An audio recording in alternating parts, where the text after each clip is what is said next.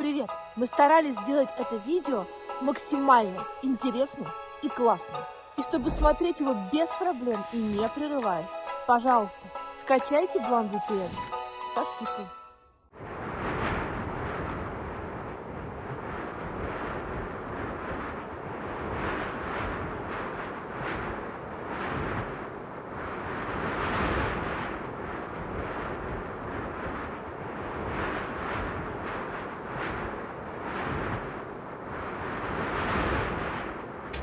Все беды России начались, когда на фронтоне Большого театра прикрыли пенис Аполлона. Я не хочу менять мир, который вы, суки, поменяли. Вообще ведь медиа-войны. Вот война, а дальше премьера. Она революционерка, она панк. Рвешь билетик и не спрашиваешь политическую позицию. Вот что такое власть? Это маски в магазине приколов. Человек, который показывает фак каждую секунду. Искусство — это тоже своеобразный стартап. У тебя все мечты сбылись. Задача-то всей этой тюрьмы — сломать. Я уже слово «боюсь» не употребляю. Как тебе в Париже? Жаловаться не буду, хорошо. Здесь такая активная и приятная городская среда, здесь столько красивого, здесь такой бесконечный карнавал на улицах, и люди наряжаются просто для того, чтобы вот это слово фланировать, оно же образовалось, это слово, вот французских появились по бульварам, когда Осман их построил и, так сказать, выявил, появилось понятие фланер, то есть люди, которые специально наряжаются и гуляют по этим бульварам. Это очень круто. В Берлине все ровно наоборот. Серо, закрыто, но там есть много других плюсов. Безопасность, есть здесь экология. не так безопасно? Здесь очень небезопасно. Удивительно, что еще лет 10 назад, когда мы приезжали во все эти города как туристы на короткое время, или там ты приезжал на проект, но все равно на короткое время, это все равно был такой туристический опыт. А сейчас... Мы тут живем. Мы тут живем, да. И мы приезжаем, ну, слушай, я тоже приехал в Париж работать, и эта работа несколько месяцев, а потом еще раз по другой работе. То есть ты город узнаешь кусками, районами. Вот ты пожил сначала в 11-м, потом там в 4-м, потом вот в Море. Такой многоликий город, сложный, прекрасный, иногда ужасный, но манящий людей. Почему? Потому что он очень живой. Мог ли ты когда-нибудь себе представить, что ты будешь не просто сюда приезжать как турист, но что ты будешь здесь работать и что ты будешь здесь ставить на сценах лучших театров? Я тебе по секрету скажу, что я вообще очень долгое время Париж не был моей, так сказать, какой-то точкой притяжения, при том, что я знаю французский и учил его в школе. Ну, то есть Париж и Париж. Постепенно я вдруг стал в него все больше и больше влюбляться, и вот в эти разы, когда тут уже работа, когда тут уже какие-то дела, и когда тут успех фильмов, я этот город гораздо лучше воспринимаю и понимаю. У меня нету вот этой игры what if, понимаешь, как у нас в спектакле. What if? What if? Alan is just me. He's just an infantile moron, huh? What? What if? What if he's fat? No, he's insecure. He sweats a lot. He smells real bad. Sweats too much. What if? He's cheerful. He's energetic.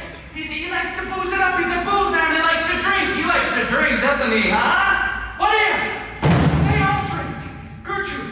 Polonius, Claudius, even Ophelia drinks. What if?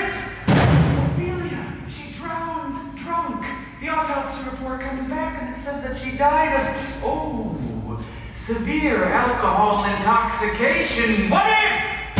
We give the grave diggers a new line. What if it was to drink or not to drink? That is really the fucking question, isn't it? Huh? Yeah, you didn't know what kind of fucking question is that? Of course, to drink.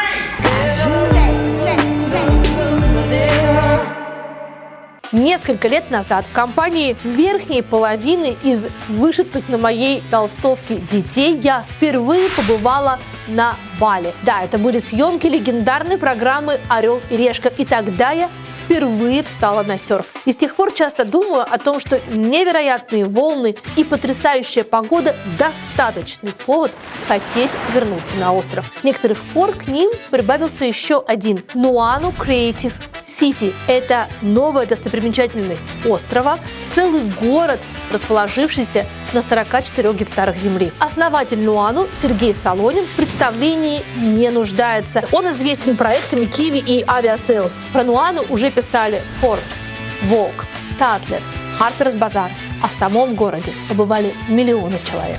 Сейчас на территории Nuanu строится комьюнити-резорт The Sands – недвижимость нового поколения, которая приносит пассивный доход, а также является ключом к сообществам талантливых людей и предпринимателей со всего мира. В The Sands будут проходить выступления формата TED и встречи инвесторов. Проект уже притягивает бизнес-лидеров, инфлюенсеров и визионеров из разных стран. У резидентов The Sands будет доступ к искусственной волне Flow Ride Wave, солевой сауне, бассейну на крыше и всей инфраструктуре Nuanu. Все это всего в 3 минутах от океана. Проект предлагает прогнозируемую доходность 12-15% годовых и собственный поток арендаторов за счет проактивного заполнения календаря мероприятиями бизнес-сообществ. Стоимость апартаментов от $159,5 тысяч. Первый взнос $39 900. Рассрочка 2 года. По промокоду Гордеева можно получить эксклюзивную подборку видовых апартаментов и пентхаусов. Но все подробности по ссылке в описании.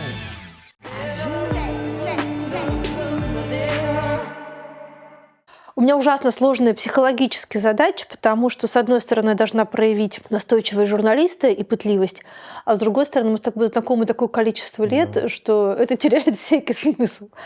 Один из самых произведших на меня большое впечатление твоих поступков — это когда начался 91 год, ты схватил какую-то камеру и поехал в Москву.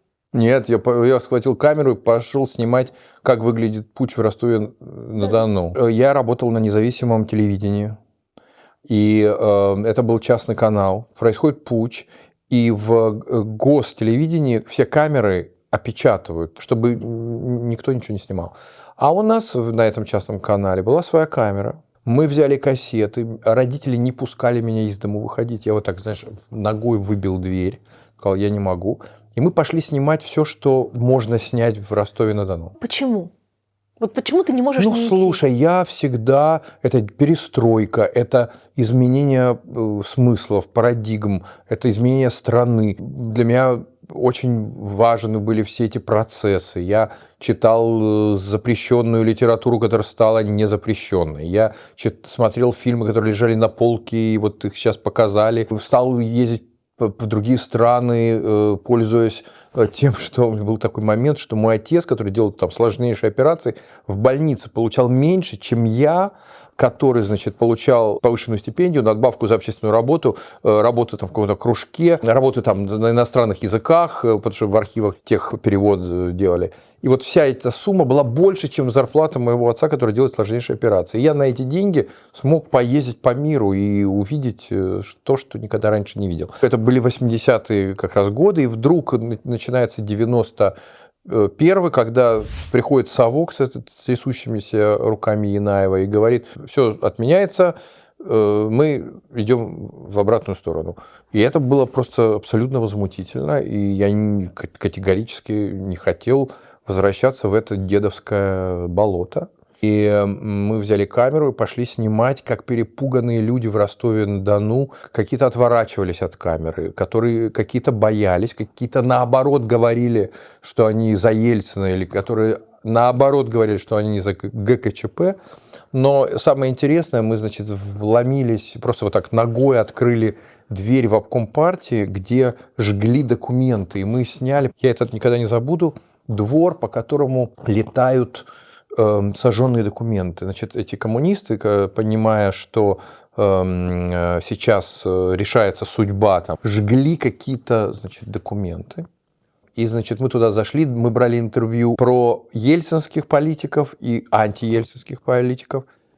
Те люди, которые были за Ельцина, они, благодаря этому интервью, которое вышло по Второму каналу, потом по России, получили большие должности, стали там губернатором, замгубернатором. а те, которые были против Ельцина, но как-то так нерешительно против, не совсем, значит, да, их не посадили. То есть следствие брало наши кассеты, и они благодаря этому не сели в тюрьму, потому что там была такая обтекаемая позиция. Наша вот эта съемка повлияла на серьезные политические процессы в этом регионе. И потом меня после того, как, значит, эти 3 дня, фильм назывался «3 дня несвободы», он, значит, вышел, мне стали предлагать какие-то должности политтехнологические, как так сейчас модно это говорить, куда-то, значит, втянуть. Я говорил, не-не-не, спасибо, до свидания, до свидания, до свидания. Но в результате я перешел на работу из этого частного канала на гостелевидение, которое уже открылось в новую, значит, перегруппировалось, переобулось, и взяло вот молодую поросль. Такой был Николай Иванович Чеботарев, который как-то реформировал телевидение и позвал туда много молодых людей, чтобы они вот определяли уже новое лицо демократического, значит, так сказать, этого телевидения. Этот выпуск мы снимали в 3 разных странах. А в новых спектаклях Кирилла Серебренникова артисты говорят на 5, а то и 7 языках сразу. Раньше это казалось невозможным, но сегодня скорость обучения иностранным языкам даже у самых неспособных просто поражает. Что касается меня, то свой английский я сейчас подтягиваю с помощью Chatty English Bot. Покажу вам, как это работает. Hey Chatty, let's try my English speaking because I have a scheduled interview in English. Great, let's warm up. I'll ask a short mock interview question about feminism in Russia. How would you briefly define feminism? And why is it important in Russia today? I think that Russian feminism is not like a worldwide feminism because of the very special history of a Russian 20th century. Сейчас она мне ошибок-то расскажет. Russian feminism has its own shape because of history, politics, and culture. Чати – это очень милая девушка, которая общается по-английски как носитель. С ней можно обсуждать любые темы, которые вам интересны, и общаться, когда комфортно, совмещая обучение с домашними делами, поездкой или прогулкой. Никаких ограничений по времени. Общайтесь сколько хотите. Tell me, where are you right now, and what's one small thing that made you smile today? It was very tough snow day. I had a smile when I saw the snow because I like snow. Do you like snow? I love snow. It feels like the world hit the refresh button. Разбор ошибок очень детальный. В настройках можно поменять разные уровни сложности и скорость речи от новичка до носителя. А еще можно поменять Чати на известного персонажа или создать своего. Кроме английского, с Чати можно учить немецкий, французский, итальянский, испанский, японский и другие языки. Для каждого отдельный бот. Словом, прямо сейчас рекомендую вам перейти по ссылке в описании или вот этому QR-коду и попробовать Чати бесплатно.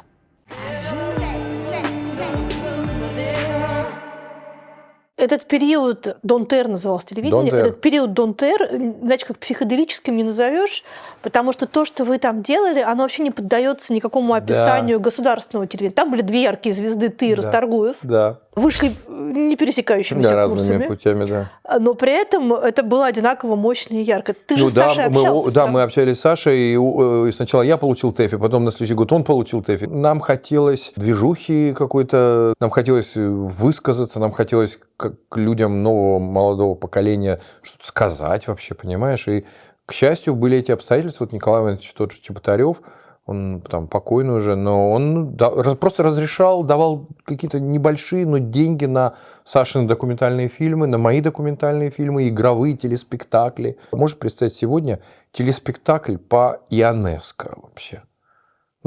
Кому придет в голову? Мы что-то такое делали, актеры играли, ночами мы снимали. Я снимал клипы практически всем ростовским группам тогдашним.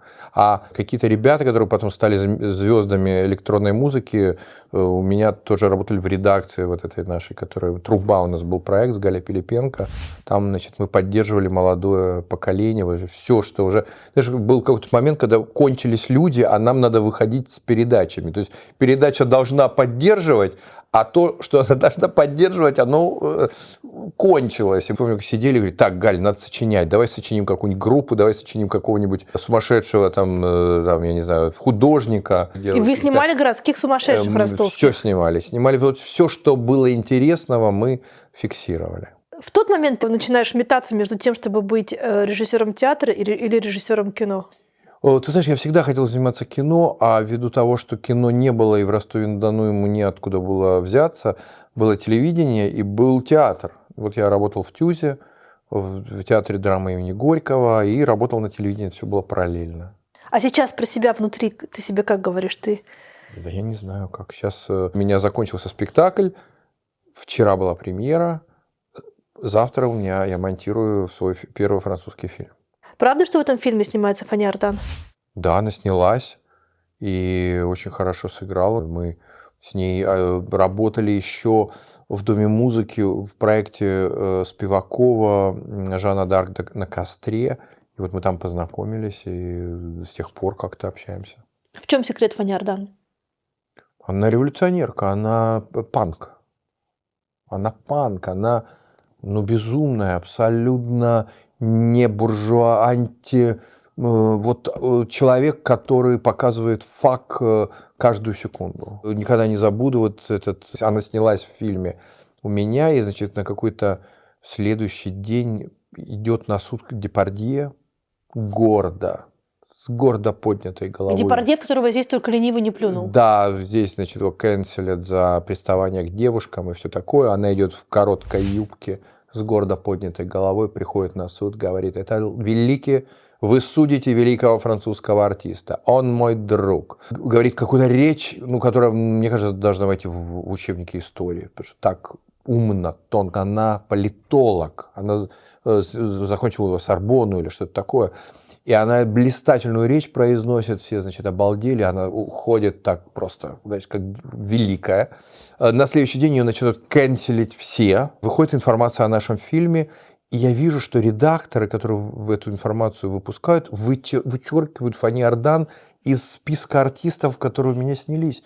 И я звоню, говорю: вы что делаете? Он говорит: такая ситуация, она поддержала Депардье. Ну ладно. Я говорю: что? И я начинаю вручную вклеивать во всех социальных сетях ее портрет. Она безбашенно идет, если чувствует справедливость, она идет и поддерживает своего друга Депардье.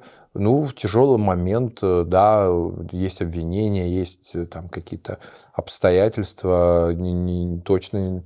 Дядька был охоч до девушек. В этой истории два сразу вопроса. Вопрос первый. Может ли талант извинить фиговое поведение? Я сейчас не говорю про то, что Депардье там имеет русский паспорт и там любит российскую власть и так далее. А я говорю именно про домогательство. Конечно, это отвратительно. Нельзя. А талант может это извинить? Потому что она говорила. Слушай, она сказала, что она не видела лично, вот когда она с ним работала, его поведение всегда было достойным. При этом она не утверждала, что, так сказать, такого не может быть. Слушай, талант не может извинить преступление никогда. Та же самая революционерка Фани Ардан потом приезжает в Москву и вместе с артистом, который выступает до этого на Красной площади, Владимиром Машковым, получает награды и принимает все аплодисменты. Я был в ужасе, честно говоря. Я был в ужасе. Я ее спрашивал: Фани, она мне сказала: я сейчас поеду в Москву, буду выступать. А ты ничего не сказал? Я говорю: я не могу повлиять на нее, да? Я говорю: а зачем? Это же страна, которая воюет, агрессия, все дела. Я не могу по-другому, я должна поддержать. Кого? Машкова. Они друзья? Он ее как-то спас, вывел из депрессии. Это связано с ее какими-то страшными переживаниями. Вот она поехала поддерживать его. И я говорю: подождите, это небезопасно, вас заканцелят и те, и эти, и все вместе взятые. Она говорит: ничего сделать с собой не могу, хочу, я люблю Россию. А вернувшись, она что-то говорила? Любит Россию по-прежнему, в платке каком-то оренбургском. Понимаешь? А про что эта история? Это, наверное, про то, как она говорит: я не хочу менять мир, который вы, суки, поменяли. Вот вы мне велите не любить страну и культуру, которую я люблю. Она с Пушкиным живет, она читает Пушкина. Вы мне запрещаете любить Пушкина, потому что Россия воюет с Украиной. Я хочу любить Пушкина, я хочу любить театр, я хочу поддерживать моих друзей. То есть это нежелание человека подстраиваться под меняющийся мир. Мы еще способны под это подстраиваться как-то, учитывать эти новые границы. А она говорит, не хочу. Не, я тоже считаю, что Пушкин и Путин – это разные люди. Вот она любит Пушкина, она говорит, я люблю русскую культуру. И русская культура – это не вот эта вся власть. А здесь же это иногда путают. Тут же говорят, нет, вот русский язык виноват. Но я при этом ей говорю, Фанину, вы едете поддерживать пропагандистов, вы едете поддерживать людей, которые за агрессию, за убийство, за войну, за все. Она говорит, ну вот есть личные обстоятельства. Мы в Берлине, и это первый твой европейский город, где ты обосновался и стал жить. Да. А почему? Так получилось. Ну, знаешь, есть понятие зона жизненных интересов. Много-много лет назад я тут купил квартиру, потому что купить ее в Москве я не мог. Да, те деньги, которые у меня были, достаточно скромные, там, от кинофестивалей, призовых фондов и прочее. Фильм «Изображая жертву» очень помог. Да, они были ровно на однушку или двушку в Биберево. А за эти же деньги в то время, это 9-10 год, в Берлине можно было купить достаточно большую квартиру. И мне моя подруга, покойная Маня Голуб, сказала, ну вот все сейчас покупают квартиры, вот вкладывают, инвестируют, как-то слово такое произнесла веселое, там, Испания же. Ну вот посмотри, где. Ну, мне ни на какую Испанию, конечно, все это не хватало. А вот в Берлине я купил квартиру, и она как-то очень стояла, а потом, в общем... А потом всплыла во время твоего уголовного дела. Да, в уголовном деле было самое смешное, когда они, значит, говорили, вот он украл все деньги и купил квартиру в Берлине. И такой был момент, день, когда адвокаты, наконец, принесли справку, показали, что я купил ее до того, как украл. До того, как я украл. Вот, все там, как, значит, до всех этих творческих проектов, за которые, значит, пытались нас убить. И у них так прям, знаете, лицо опустилось вот у этих всех. Значит, они так, черт. Но, как известно, ложки нашлись, а осадочек остался. Квартира всплывала где-то в разных публикациях, особенно боты любят это вспоминать. Главное, что она куплена черти когда и была тут, потому что я не мог купить себе в Москве квартиру. Ну, не могут. При том, что Берлин выглядит очень сейчас интернационально, и большое количество людей говорит по-английски. Этого не было вот эти там 15 лет назад, когда я покупал квартиру, и когда я тут решил обосноваться. А обосновался я решил очень по простой причине. Я приехал сюда еще раньше, за год до того, как покупалась квартира, чтобы написать инсценировку «Мертвых душ». И это был первый мой берлинский, так сказать, заезд, потому что всегда Берлин вызывал во мне какие-то подсознательные чувства опасности. Мои родители всегда говорили, никогда не учи немецкий язык, это язык врага. И врага, потому что евреи, или врага, Нет, потому что Великая Отечественная? Да, Великая Отечественная, Вторая мировая, и вообще этот язык, они его назвали лающим, он им очень неприятен. И я приехал в Берлин писать инсценировку «Мертвых душ», как полагается русскому автору писать ее где-то вдалеке. Снял вот тут недалеко на Хакешемарк квартиру в высотке и стал на велике ездить по району. И у меня возникло ощущение дежавю. У меня возникло ощущение, что я в этом городе когда-то был, что я знаю эти улицы, что все эти дома очень странные, с выбоинами от снарядов. Я это уже где-то когда-то видел. Я понимаю, что, так сказать, кто-то сейчас послушает и скажет, что это безумие и мистика. Я в такое очень верю. Ну, я, честно говоря, верю тоже, как в буддизме есть понятие связь. Ты ее каким-то образом узнаешь. Не случайно же они так выбирают Далай-ламу или следующих лам, они показывают вещи предыдущих. Им, если ребенок тянет к очкам или к зонтику, принадлежащему ушедшему ламе, то вот это он, тот самый ребенок. И здесь такая же случилась ситуация. Я как-то невероятно в этот город влюбился. Он тогда расцветал, он был в топе, он был молодежный, интернациональный. Здесь был фантастический театр, здесь была фантастическая современная музыка и современное ощущение вообще такой продвинутости и яркого интереса к к театру, к искусствам вообще. Вот был совершенно иной город. Сейчас он, мне кажется, как-то сильно меняется и не в лучшую сторону, к сожалению. И, А в чем это выражается? ну, они сократили сейчас дотации на культуру. Мэр какой-то неудачный, захламленный, грязь. Мне, короче, многие вещи не нравятся. Я как человек, который здесь плачу налоги, То есть ты уж брюзжишь так я по-настоящему, прямо как горожанин. да, раз я заплатил налоги, я имею право ходить по чистым улицам и следить за тем, чтобы транспорт работал. Ну, а про Deutsche Bahn все, это уже притча во языцах. Город, слушай, он никогда не потеряет своего статуса одной из столиц Европы, он никогда не потеряет своего статуса важнейшего для искусства города. Но сейчас Париж взлетает. Эти города, там, знаешь, меняются все время в своей, так сказать, роли и значимости, значении для мира. Берлин никуда не денется. Он интересен именно травмами, своими сложностями, своими историями, которые встают за каждым переулком, музеем, театром. Я очень долгое время учился или как-то, что, знаешь, учил, проходил, брал уроки у немецкого театра. Этот немецкий театр мне казался всегда очень важным в диалоге с русским театром. Не случайно там написаны тома про взаимоотношения Станиславского и Рейнгарта. Эти системы, они не чужды друг другу, хоть в чем-то и кажутся противоположными. Они находятся все и то в производной от процессов, которые происходили в Европе в 20 веке. То есть они связаны с событиями в странах, с социальной жизнью, они связаны с способом ощущения человека в мире. Вот появилось понятие «человек на митинге» или спектакль как митинг.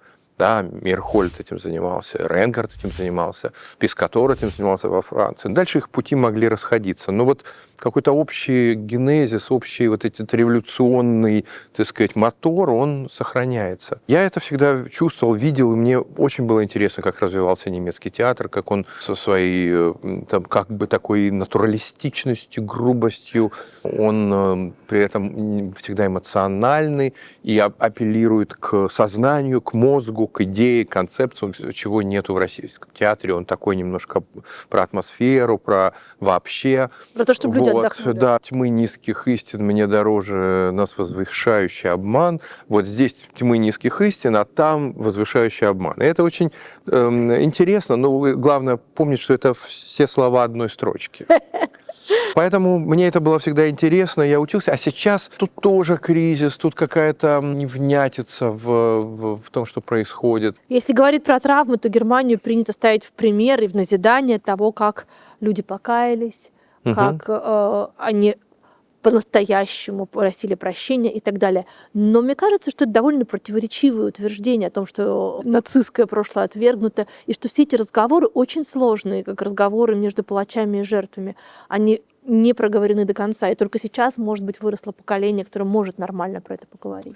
Это сложно, но при этом вот я сюда шел, я видел много семей, которые натирают вот эти таблички знаменитые с еврейскими именами, которые находятся возле домов, откуда евреев забирали в концлагеря, в лагеря убийства, потом, так сказать, совершали этих людей. И вот эти таблички с именами и датами их рождения и убийства, они вот в мостовой, и сегодня я видел семьи, дети, которые натирают, ставят свечки, кладут цветы. То есть эта память все-таки жива, это и прививка от антисемитизма. Мы видим, что Германия одна из немногих стран, которая сказала, что на нашей территории, в нашем дискурсе никогда не будет антисемитизма. То есть на государственном уровне. Здесь винтят любые, так сказать, антисемитские проявления и демонстрации. Вопрос не только в евреях, а вопрос вообще в вот этот hate speech, то есть идеология ненависти, разделение людей по национальному признаку и выделение какой-то нации, которую кто-то ненавидит. Это и есть самое чудовищное, чем заразился 21 век, подхватив эту чуму в 20-м, который весь состоял из ненависти.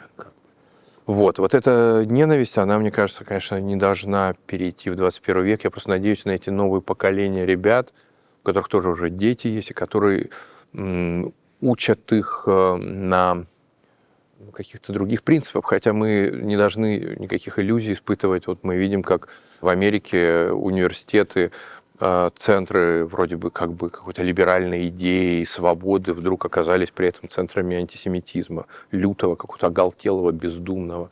Так получилось, что в итоге ты оказался послом всех самых сложных идей сейчас в европейском искусстве. Ты из России, ты еврей, и ты рассказываешь историю про русскую хтонь и про окончательное решение еврейского вопроса. Я не был бы так категоричен с определением, потому что я не хочу себя вообще никак определять.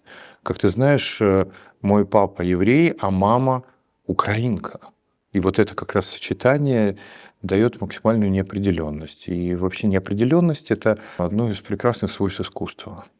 Но если говорить об идентичности, то сам себя ты как определяешь? Я русскоговорящий европеец, который вот начинаю новую жизнь на новой территории. Я бы начала, если можно, разговор с картины «Исчезновение доктора Менгеля», которая произвела на меня огромное впечатление и масштабом актерской игры Августа Диля, и режиссерским подходом. Josef, du bist doch nicht zur Fahndung ausgeschrieben. Du hast im Krieg deinen Dienst abgeleistet. Was für ein seltsamer Nachname. Mengele. Trinken wir lieber auf Argentinien. Sieg heil! Sieg heil! Sieg heil! Почему вдруг тебе приходит в голову, что мне, зрителю, будет интересна точка зрения доктора Менгеля? Человека, про которого я бы хотела забыть. Знаешь, я тебе так скажу, для меня этот проект был так же неожиданен, как, наверное, для тебя, как для зрителя. Когда мне его предложили, я сказал, как это произошло? Через адвокатов, по-моему, мне пришло предложение от французских продюсеров. А к тому времени уже было предложение про картину о Лимонове. И я сказал, ну хорошо, ну давайте тогда после Лимона. То есть ты сидел под домашним арестом? Да, и они сказали, вы знаете, вы хотели бы принять участие в питчинге, напишите какой-то тритмент, заявку. Я говорю, слушайте, у меня есть чуть больше времени, чем у других, я могу, давайте я напишу частично сценарий. И я предложил им в этом сценарии, в таком развернутом тексте, сделать основой встречу с сыном, сделать историю через Менгель, как будто у него в голове. А натолкнула на это меня книжка Джонатана Литла «Благоволительница». Текст, который произвел на меня какое-то сногсшибательное впечатление, потому Я считаю, что вообще основная книга про понимание сегодняшнего фашизма. А ты знаешь, почему? Мы всегда были на стороне жертв, мы всегда слышали про это все голосами жертв, но никогда не понимали, а как вот эти прекрасные, в кавычках, разумеется, люди с образованием, знающие культуру, вот они взяли, потом построили Аушвиц и убили миллионы людей. И вот в этой книжке Литл просто рассказывает весь этот, он исследует этот анамнез. И мне показалось это невероятно важным иногда залезать в эти головы. Это не всегда великие головы. Грубо говоря, в голове Эйхмана, если бы мы поселились, это было бы просто какой-то арифметика, подсчет документов. Он был такой просто администратор некий. Ему было все равно, что считать, там, гвозди или человеческие черепа. Вот. Менгель был посложнее, но тоже достаточно средний человек. Поэтому в фильме есть этот эпизод, где он кричит, а почему я? Чего вы ко мне прицепились? Почему вы меня сделали главным ангелом зла, ангелом смерти? Когда в Аушвице было еще 20 врачей, которые совершали чудовищные преступления, почему их имена не озвучены? И действительно, этот профессор, которому Менгель посылал собранную информацию, дожил до седин и умер в своей постели в Берлине уже в поствоенную эру. Якобы данные, которые он собирал, ушли американцам. Ну, в общем, для кого-то война закончилась в 45-м, 46-м, 48-м году, а для кого-то она продолжалась вечно, как в нашем фильме сказано, ваша война еще не окончена, доктор Менгель. Мы смотрели глазами жертв, и мы, в общем-то, воспринимали войну и нацистских преступников со стороны жертв. То есть мы про них скорее персонально ничего не хотели знать, кроме того, что они злодеи, и Нюрнбергский процесс, кого смог, того покарал, а остальные сбежали. Вот на этом как бы хотелось поставить точку. В этом, знаешь, есть историческая, с одной стороны, справедливость, с другой стороны, несправедливость. Потому что Нюрнбергский процесс как бы подвел итог и сказал, вот эти там несколько людей, которых повесили, во всем виноваты, к остальным вопросов меньше. И таким образом освободил огромное количество людей, которые были частью Третьего Рейха, от ответственности, в том числе судебной. То, что съемки совпали с началом российского полномасштабного вторжения в Украину, повлияло на то, каким стал в итоге фильм? Безусловно. Я стал лучше понимать, что такое война и как происходит обострение всех внутренних процессов в это время. Это происходило и с Менгеле, и с Марлен Дитрих, и с Томасом Манном. То есть, когда люди, находящиеся в комфортных условиях, вдруг должны взять и уехать. Томас Манн пишет письмо, великий, уже признанный человек, он пишет знаменитое письмо в ответ на его увольнение из Цюрихского университета. Это письмо есть в его комнате мемориальной в этом Цюрихском университете, они ее сохраняют. Но когда пришли нацисты, его попросили освободить, так сказать, комнату, да, кабинет. Он им это все написал, уехал, или Цвей, для которого это оказалось фатальным. И эти процессы стали не теоретическими, абстрактными, а очень понятными и конкретными. Ты примерял истории каких-то персонажей этих с теми, кого ты знаешь в России? Я не люблю в жизни заниматься этими параллельным... Даже были книжки параллельные жизнеописания. Это интересно, когда ты читаешь, но это неинтересно, и это тяжеловато делать вот в реальной жизни. Но если ты начинаешь анализировать какие-то вещи, ты перестаешь действовать. Наша жизнь сейчас замечательна тем, что надо просто ее жить. Вот мы оказались в новых странах, в новых реальностях, в новых языковых структурах, в новых каких-то государственных структурах с большим количеством новых людей. Нам надо ее переработать, адаптироваться к ней, как бы сделать так, чтобы она не превратилась в стресс и, в общем, идти дальше. Август Диль появился как главный претендент на роль доктора Менгеля сразу или были другие варианты? Были другие варианты. Продюсеры, конечно, разумеется, хотели звезду. Немецкоязычных звезд не так много. Я говорил, вы знаете, ошибка, звезда, ошибка, потому что Менгеле очень средний человек, а звезда не может сыграть среднего человека, потому что звезда и звезда. Как бы там ни притворялась звезда, но не буду говорить кого. Я хотел неизвестного артиста сначала. Но потом Август Диль приехал то ли на пробы, то ли на переговоры про Воланда. Оказался в Москве, и вот Август в Москве, давайте встретимся. И я говорю, хорошо, давайте сделаем тогда фотопробы. Я попросил Машу Тутукину, художника по гриму, взять усы, там что-то, взяли костюм, какую-то шляпу, все. И встретились, Август, вот мне нужно полчаса, и мы через полчаса вот из этой комнаты вышел доктор Менгеле. Старый или молодой? Молодой. Он вышел в возрасте, вот в том возрасте, в котором он уехал в Южную Америку. Вошел один человек, а вышел другой человек. Это было достаточно убедительное, сильное перевоплощение. Потому что у Августа есть вот эта хамелеонность, знаешь, которую я очень ценю в артистах. При том, что он красивый как человек, да, и это трудно людям с такой внешностью меняться, но он умеет это делать, и это показал вот этот фильм наш, потому что ему надо было сыграть от 30 до практически 70, и вышел вот такой другой человек, доктор Менгеле с этой щербинкой, и мы сделали фотосессию, я послал его продюсерам, сказал, все, проблем нет, мы нашли артиста. Это же проклятие немецких артистов обычно, что они, как проклятие русских артистов, они везде играют бандитов, проклятие немецких артистов, что они играют нацистов. Ну, это же не проклятие, это скорее проблемы истории. Есть в этом какая-то некая справедливость. Но он сразу согласился, Диль? Ты знаешь, нет. На самом деле, эта тема же очень болезненная для немцев.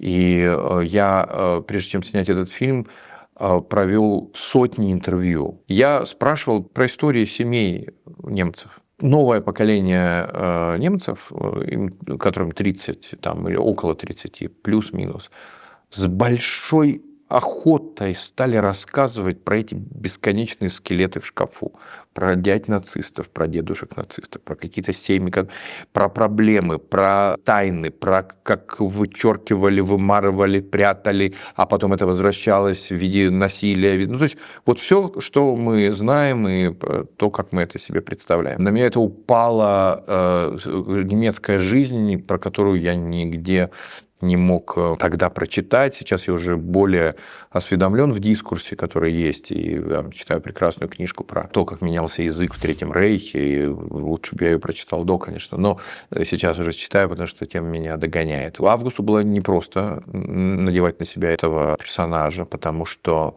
это болезненная тема. И согласись, что надо сыграть вот эту банальность зла по устойчивому выражению Ханны Аренд. И при этом не оправдать его, потому что когда ты начинаешь играть персонажа, мы даже, да. Конечно, артист должен оправдывать человека. Он не может играть все время «я плохой, я исчадие, я демон». Это было все в этих голливудских фильмах, которые доктор Менгель сделали вот эту легенду в мировом кинематографе. Грегори Пек, по-моему, его играл. Ну, то есть там иконостас просто великих артистов играл, значит, этого среднего доктора. Августу нельзя было это делать, и мы с ним об этом бесконечно говорили, и каждый эпизод, каждая сцена обсуждали, потом смотрели, жалко его, не жалко, может быть, не надо, может быть, меньше. Я когда смотрела, я испытывала чувство отвращения, мне очень хотелось перестать смотреть. То есть я смотрела, потому что сначала было надо, потом я пересмотрела второй раз, потому что мне уже было интересно. А какое ты хотел, чтобы зритель испытывал чувство?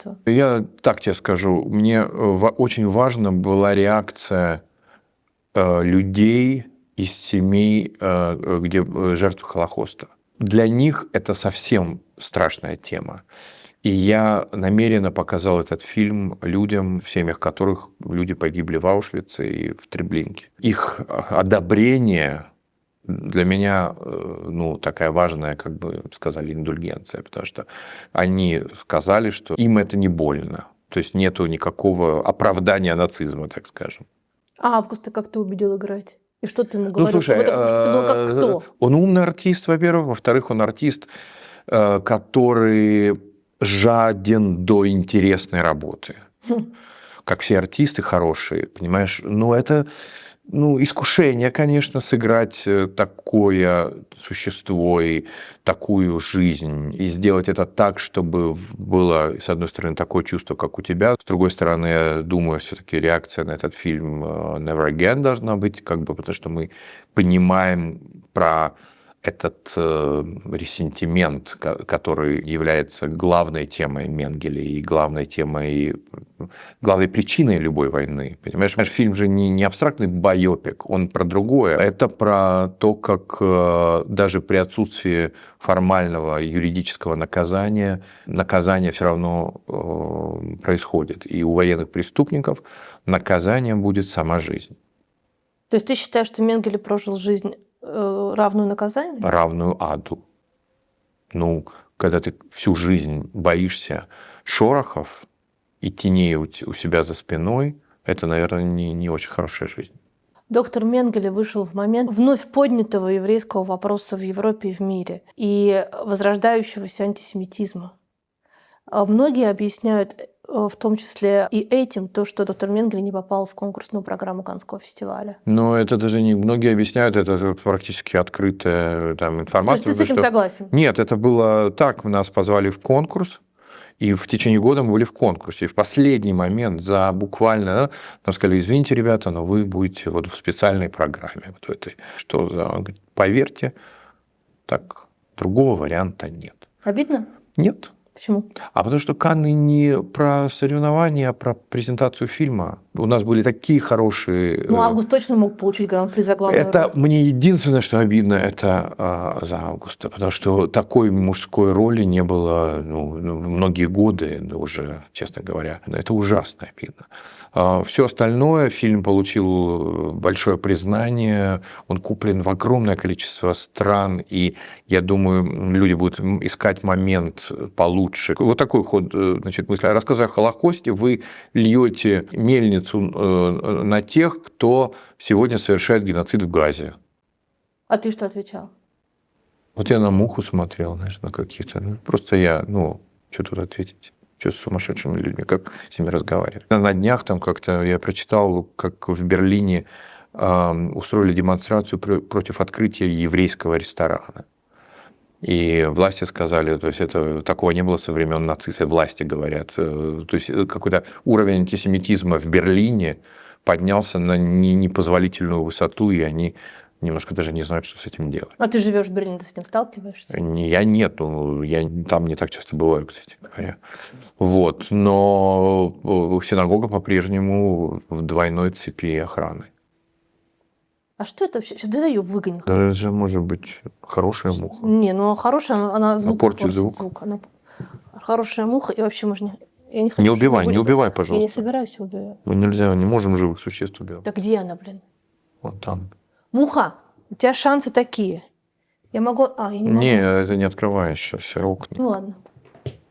То есть ты получаешься на узкой тропинке двойного кэнселинга. С одной стороны, как русский, с другой стороны, Очень как еврей. вариантов много. Вариантов быть заканчиваем много. Сложный дискурс везде. Сложно использовать там, мотивы других культур, потому что тут же возможно обвинение в культурной апроприации. Ну и прочее, прочее. То есть это такое минное поле. Но когда мне говорят, вот видишь, вот ты приехал сюда, и как сложно тут работать. Я говорю, ребят, но это общество сложнее. Вот это общество, в котором мы сейчас живем, устроено намного сложнее, чем то, в котором мы жили. Разумеется, правила, по которым это общество живет, они тоже сложные. И надо, так сказать, не обидеть этих, не оскорбить тех. Как-то надо пройти и при этом утвердить свое право на высказывание, которое есть у всех. А где в этом свобода искусства? Свобода заканчивается там, где начинаются, так сказать, проблемы у тебя. То есть ты с этим смиряешься? Ты Нет, эти запреты не хочешь Нет, нарушать? абсолютно нельзя это делать. То есть я не могу сделать тебе больно. Понимаешь? Моя свобода до того момента, пока она не рушит твою идентичность или не делает тебе плохо. А что по этому поводу думает Август? Потому что это на сегодняшний день явно самая лучшая роль в его карьере. Это роль, которая могла бы получить все «Оскары» вместе взятые и все Каннские премии. Он сделал свою работу, и эта работа останется. Эта роль его будет еще оценена как-то по достоинству. Это совершенно феноменальная актерская перформанс. Люди, которые в этом понимают, все равно это оценят. Вот сейчас фильм выйдет в прокат. А ты боишься реакции? Слушай, я уже слово «боюсь» не употребляю. Что? Как я боюсь реакции? Чего? Фильма о том, что нацистам быть нельзя, и это ужасно? Ну нет, не боюсь. Нельзя всем дебилам запретить быть дебилами. Ну, в общем, тоже свобода же, демократия. А история в том, что этот фильм совершенно ясно говорит о отвратительности нацизма и отвратительности этой человеконенавистнической идеологии. Про то, что даже не будучи наказанным или не понеся наказание там, в виде условного Нюрнбергского процесса, человек обречен на ужас, вечный ужас, будучи убийцей. Убив раз. Это также была тема около ноля. Ты обрекаешь себя на ад, который развергается и в твоей душе, и вокруг тебя. Это самая страшная, знаешь, мысль о том, что как закончить войну. Я вижу, что как эту войну в данных ситуациях практически невозможно закончить. Потому что опасны эти люди, которые убивали на фронте. Они опасны. Это бомба всегда под режим. Поэтому, к сожалению, они могут эту войну продолжать дальше. А ты чувствуешь себя человеком, вокруг которого почва сужается? То есть ты с русским паспортом, ты еврей? Нет, я так себя не чувствую. И более того, у каждого есть, как в фильме «Some Like It Hot», знаешь, у всех свои несовершенства. Мы все находимся на земле, которая вот так вибрирует и дрожит. Мы просто как люди, которые занимаются искусством, может быть, там не всегда имея эту грубую кожу, чувствуем эти вибрации, как кошки, которые, знаешь, перед землетрясением куда-то убегают. И мы все время пытаемся людям сказать: ребята, ну и кирдык вокруг, там что-то трясется под нами, там что-то происходит. Пожалуйста, обратите внимание. Я как раз считаю, что мы все стоим перед серьезными испытаниями, связанными с климатом, В связи с этим надо закончить быстро все войны и подумать о том, что делать с этой планетой. А люди думают закончить войну сегодня или завтра, или вот когда будут обстоятельства, когда, как ее закончить, получить Нобелевскую премию или не получить за окончание войны. Да быстрее надо немедленно все закончить, потому что угроза будет совершенно из другого места. Войны – это результат вибрации, который идет от вот этого маленького шарика, на котором мы живем. Мы сходим с ума, как эти все белки, и кошки, и собаки, и насекомые, которые куда-то бегут, значит, непонятно куда от ужаса. Ты бы хотел, чтобы исчезновение доктора Менгеля показали в России? Это, значит, немножко абстрактные вопросы. Шансов нет, и пускай смотрят, но когда это покажут, знаешь, когда начнут показывать мои фильмы и спектакли, это значит перестройка началась. Ты веришь, что ты доживешь до этого? Я не хочу об этом думать и верить. Я вообще об этом не думаю. Это же не мои проблемы.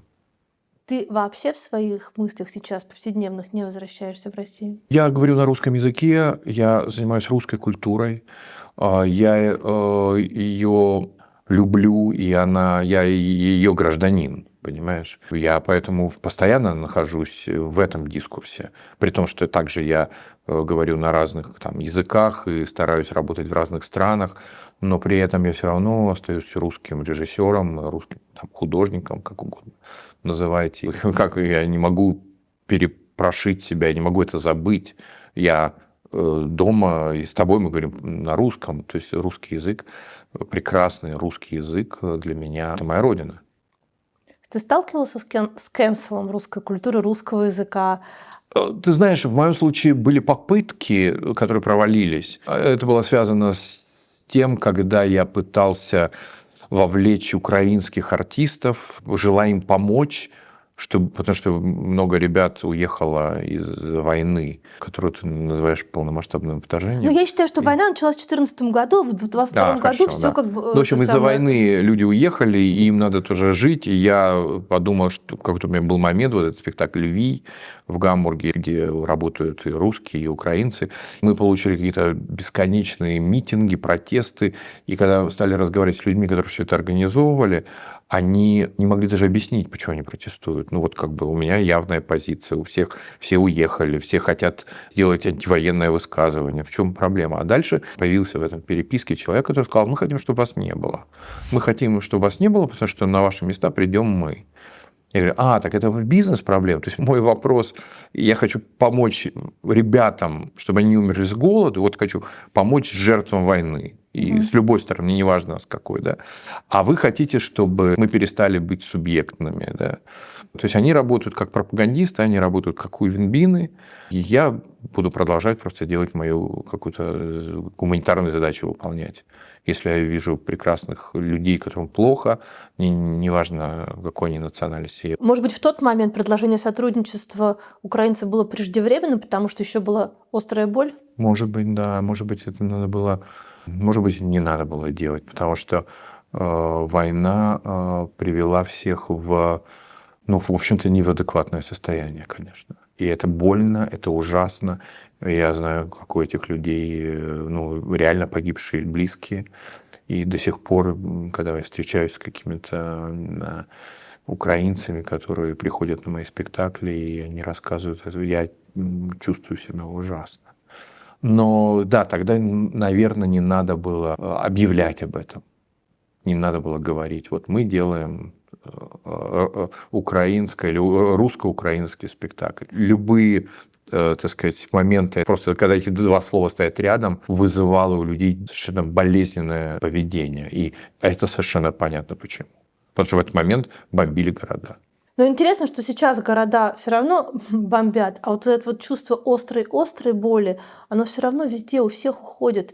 И не то чтобы это нормализация, но просто человек не может находиться в остром состоянии все это время. Сейчас какие-то совместные проекты уже могут быть возможными, или ты больше не будешь проявлять инициативу? Нельзя никогда говорить никогда. И вообще, конечно, у людей меняется отношение к войне. И я чувствую это по немцам, я чувствую это по французам. В какую сторону меняется? Знаешь, в какой-то момент в Берлине появились надписи «Das ist nicht unser Krieg». Это не наша война. Это не наша война. Это могут быть какие-то силы, так сказать, политические, так сказать, этот дискурс разгонять. Но я и по людям понимаю, что бесконечная боль из новостей приводит к отторжению. А сегодня, как мы знаем, война и вообще все происходит в медиа. Все имеет смысл, если оно показано по телевизору или в соцсетях. Кто мог представить, что в 21 веке будет война дронов? Понимаешь? Дроны будут убивать. Каким образом это влияет на концепцию социального театра? Ну, театра, который должен реагировать на ежедневные события. Театр не может не быть частью медиа-концепции тоже. Потому что он тоже проявляется через медиа, он проявляется через присутствие в соцсетях, через publicity, через рекламу, через что-то еще. И он, знаешь, в новостном ряде стоит через запятую с ужасными событиями, понимаешь? Вот война, а дальше премьера. И у людей, для которых война – это совершенно личное переживание, какая-то премьера является раздражителем и является чудовищем. Ну, так и жизнь устроена. Где-то у кого-то идет война, а где-то в этот же момент люди прекрасно себе пьют шампанское и справляют свадьбу. Когда-то меня произвело большое впечатление интервью Петра Наумовича Фоменко, в котором он с гордостью рассказывал о том, что когда штурмовали в 1993 году Белый дом, значит, стреляли танки, люди погибали. В этот момент он никуда не отпустил своих артистов, а репетировали они «Волки и овцы». И я тогда подумала, что, с одной стороны, «Волки и овцы» — это классно, а с другой стороны, наверное, театр не может быть так далеко от политической повестки или мировой повестки новостной. Но теперь кажется, что наоборот должен.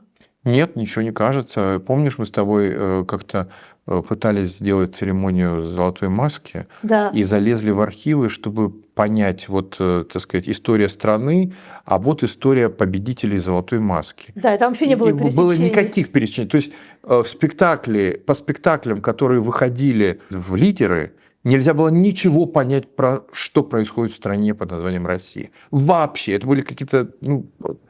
И мы друг на друга, помнишь, тогда смотрели и говорили, как это вообще, как это, что? Это аполитичный театр или театр, просто прячущийся от политики? Или театр, который боится что-то прошептать, потому что он знает, что этот театр, что ему придут смотрители, смотрящие. Или это советская концепция, что человек после работы должен отдохнуть. Да, или просто отдохнуть. Ну что это такое?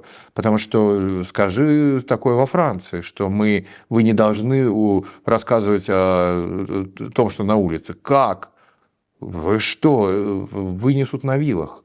Потому что в них до сих пор такая очень свободолюбивая энергия. Они борются за демократию, продолжают, они за народ, они понимают, что театр – это для людей. Это не заказ богатой публики. Есть и заказ богатой публики, понятно. Но театр вообще, он вместе с народом, где народ, к несчастью, был. So what costumes? What costume exactly? Exactly. One piece. Naked. Then 6 o'clock you start the sound check, which lasts 30 minutes, right? 30 minutes. 30 минут sound check. А ты учишь языки? Я учу языки. Сколько ты сейчас говоришь? Мне надо учить немецкий, мне надо учить французский. Французский. Я его каким-то образом знаю, да, мне надо его восстанавливать, доводить до уровня, потому что у меня следующий сезон много работы во Франции.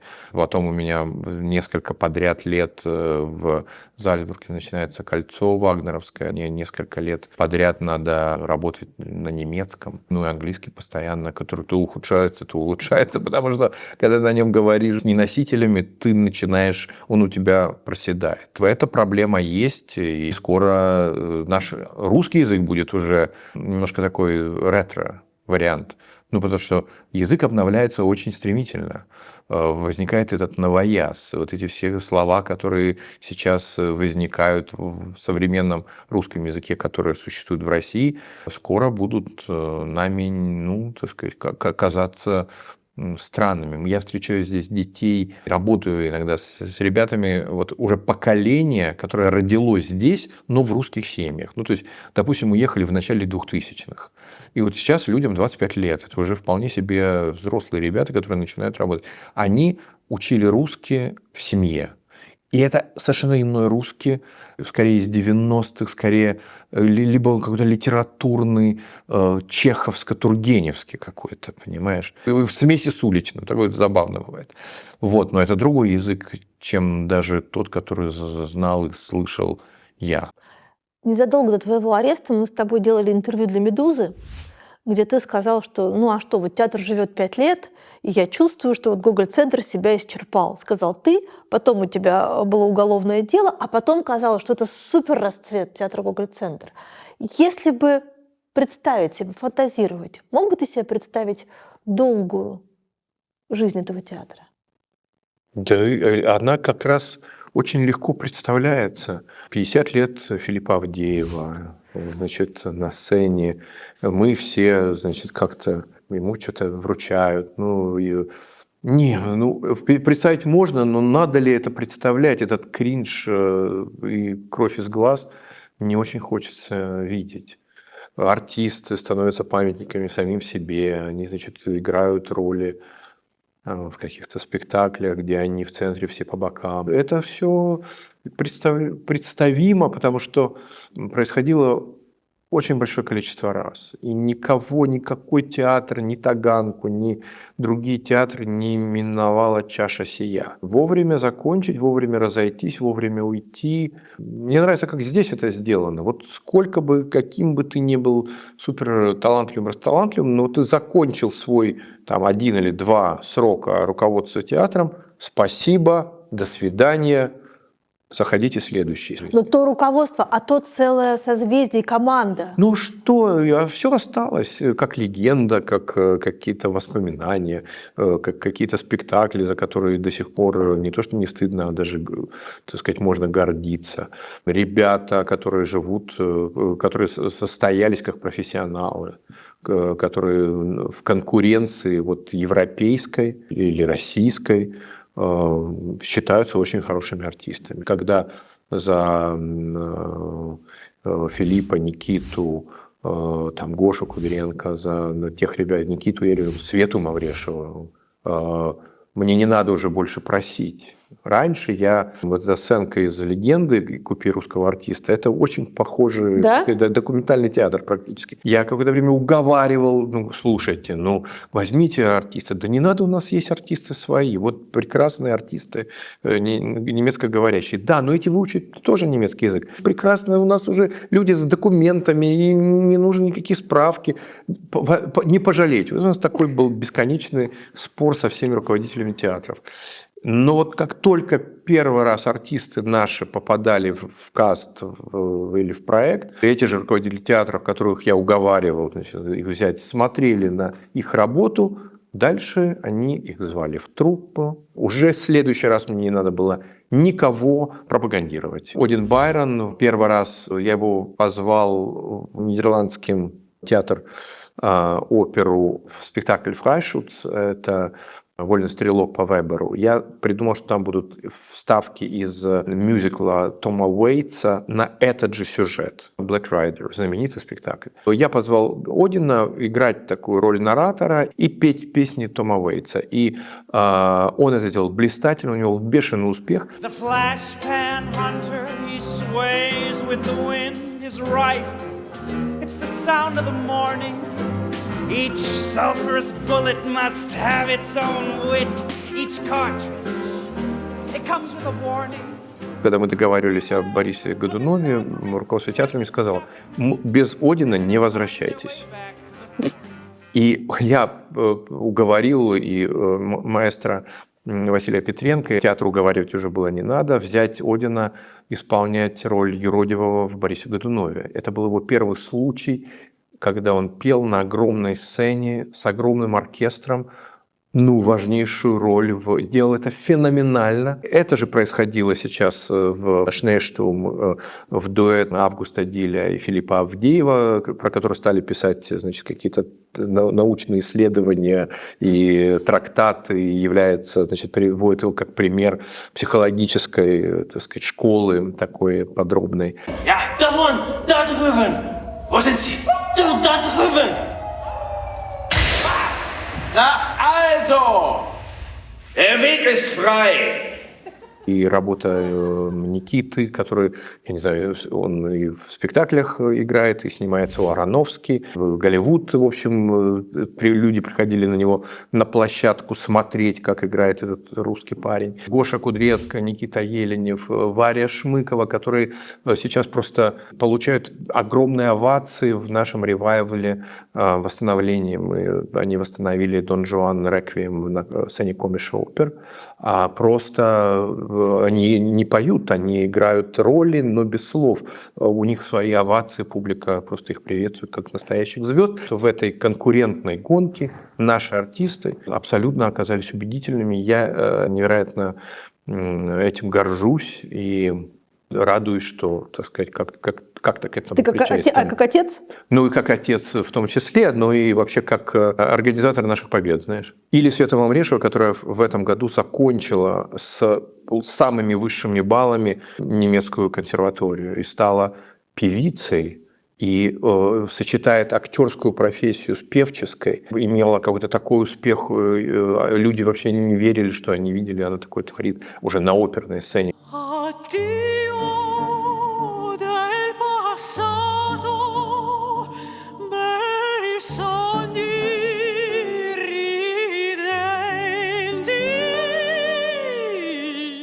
Ну, теперь ты ходишь и просишь за другую девушку.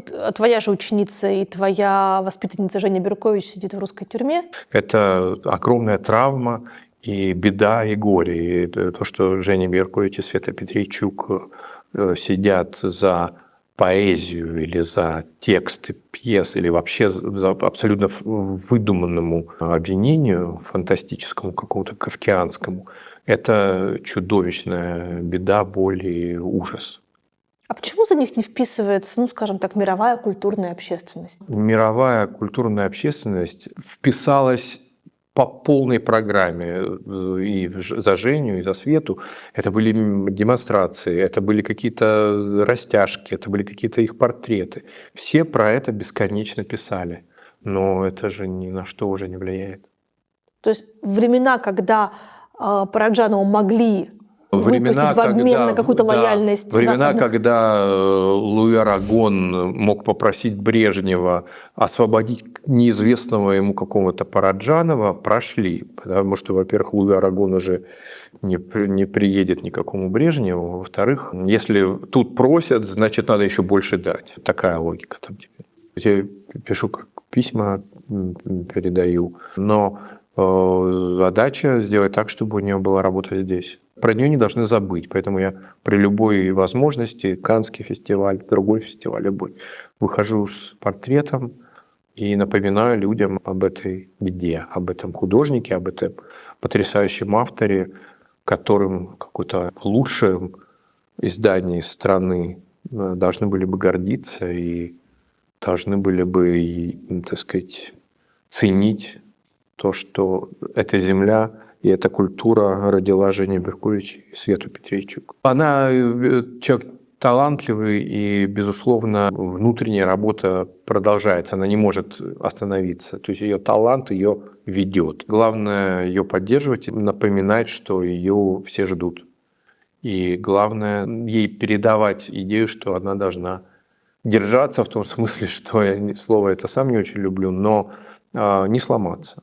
Потому что задача-то всей этой тюрьмы сломать и сделать так, чтобы человек вышел инвалидом, размазанным, изменившим свои человеческие настройки. Но я надеюсь, что с ними это не произойдет. Но тем не менее, твоей карьере здесь, в Европе, твое уголовное преследование в России добавило или это никак не повлияло? Ну, наверное, оно повлияло на узнаваемость имени. Все что-то про меня слышали. Но, как ты понимаешь, все эти что-то слышали заканчиваются, если нету больше поводов для интереса. Я должен каждую работу делать так, чтобы она не вызывала разочарования у аудитории. Если они разочаровываются и говорят, ну, вообще там что-то, мы за него топили, а он какой-то халтурчик или делает что-то неинтересное, ну, все это исчерпывается, да, быстро. И вообще это иллюзия, что преследования могут заставить слышать имя, но дальше ничем, так сказать, дальше ты уже сама. в спектакле «Гамлет» 4 языка. 4 языка, да. Люди в зале говорили на чуть большем количестве языков. Да, наверное. Кто эти люди? Я не знаю, премьера здесь, в этом театре, полностью проданный зал. То есть это не приглашенные. Приглашенные были на генеральной репетиции, это были друзья, знакомые. Здесь полностью все sold out, и это люди, которые купили билеты. Кто они? Наверное, было много русских, которые живут теперь за границей. Может быть, даже кто-то приехал из России. Было очень много французов, потому что я чувствовал, что они реагировали на французские реплики, да, и смеялись там как-то. Или там всхлипывали, вот. Но, значит, это была смешанная публика, очень интеллигентная, умная, образованная. Но вот этот ваш зритель, ведь Гоголь-центр — это чуть больше, чем просто театр. И вчера, и в Зальцбурге у меня было полное ощущение того, что я этих людей видела уже в Гоголь-центре. Я не буду утверждать, что это именно та публика, которая ходила на спектакле Гоголь-центра в Москве. Это смешанная публика, очень хорошая, умная, интеллигентная. Единственное, что, конечно, здесь публика повзрослее. Ну, это такие подросшие зрители Гоголь-центра. Но мне кажется, все-таки это была разное. Это 2500 мест. 2500. Мы играем 11 спектаклей. Это 250 000 посетителей. Есть у тебя в этом момент такое ощущение психологическое, самозванца, что ли, да? То есть у тебя же нет режиссерского образования? Нет, ты знаешь, я стараюсь об этом как-то не думать. Меня найдутся люди, которые обзовут как-нибудь. Но ты знаешь, у меня другое было вчера. У меня было совершенно другое ощущение уникальности момента. Потому что мы знаем, что это театр, в котором были русские сезоны Дягилева. Где были декорации Бакста, где был Серов. Все, вот где были вот все эти великие Павловы, Нижинские и прочие, они танцевали на этой сцене, вот поэтому есть фойе Нижинский. И вчера в честь нашего спектакля Оливье Пи перевесил картину, которая это директор театра, режиссер и директор театра, которая хранилась у него там в специальном месте, потому что к ней нельзя было прикасаться.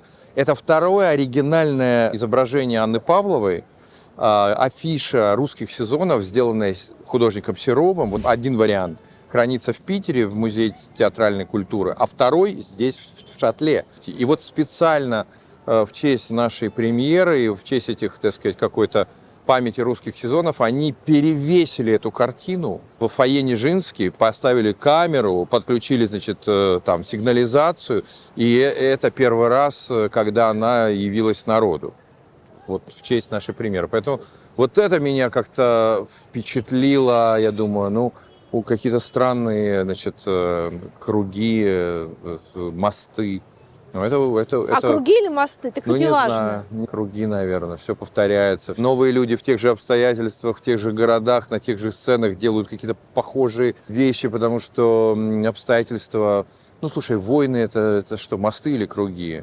Мне всегда кажется, что тебе дают повторить какую-то ситуацию, если ты в прошлый раз неправильно повел себя. Да. Может быть, мы как-то по-другому проживаем эту ситуацию или ее для того, чтобы ее изжить, и для того, чтобы, так сказать, лишиться этой травмы. Но я не знаю, у нас точно не травматическое впечатление, у нас, наоборот, такой успех, стоячая овация в Шатле, где были все эти великие спектакли, великие люди, и нас так принимают, эту интернациональную группу, где есть и русский язык, и немецкий язык, и английский язык, и, конечно, французский. Но все-таки у Дягилева и в дягилевских сезонах это была чисто русская история, которую показывали европейцам. Вот подивитесь, какова наша Россия. Да. На самом деле это такой экспортный был вариант России. А здесь это уже микс. Да, здесь это театр, которым я занимаюсь в последнее время, то есть международный театр. Театр, который способен преодолеть ограничения языка, о которых нам бесконечно говорили, что кому вы там нужны. Театр связан с языком, если вы не говорите на языке, значит, страны, вас никто не поймет. Да нет, театр в том-то и дело, что особенно современный театр, он настолько богат на проявление, на инструментарий, и можно сделать все, что угодно, и тебя поймет зритель, в том числе на любом языке. У меня вчера еще было такое удивительное ощущение, что людей, очень многих из тех, кого я там вчера видела, я видела до этого на антиправительственных митингах. И вот раньше ты ходил на оппозиционные митинги, а теперь ты ходишь на премьеры. В Шатле.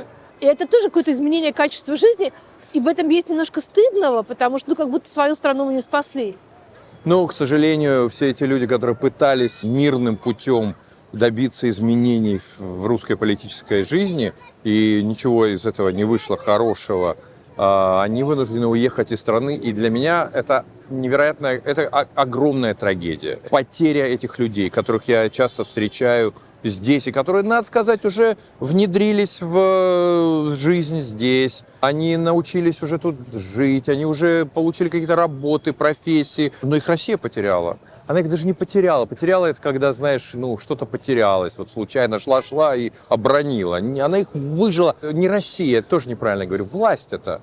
Эта власть, которая начала все эти войны, она заставила прекрасных русских, это не хорошие вот эти русские из Фейсбука, а русские, мотивированные, умные, образованные, талантливые, уехать из страны и работать в других культурах, в других странах и приносить пользу другим обществам. Это какими надо быть долбоящерами.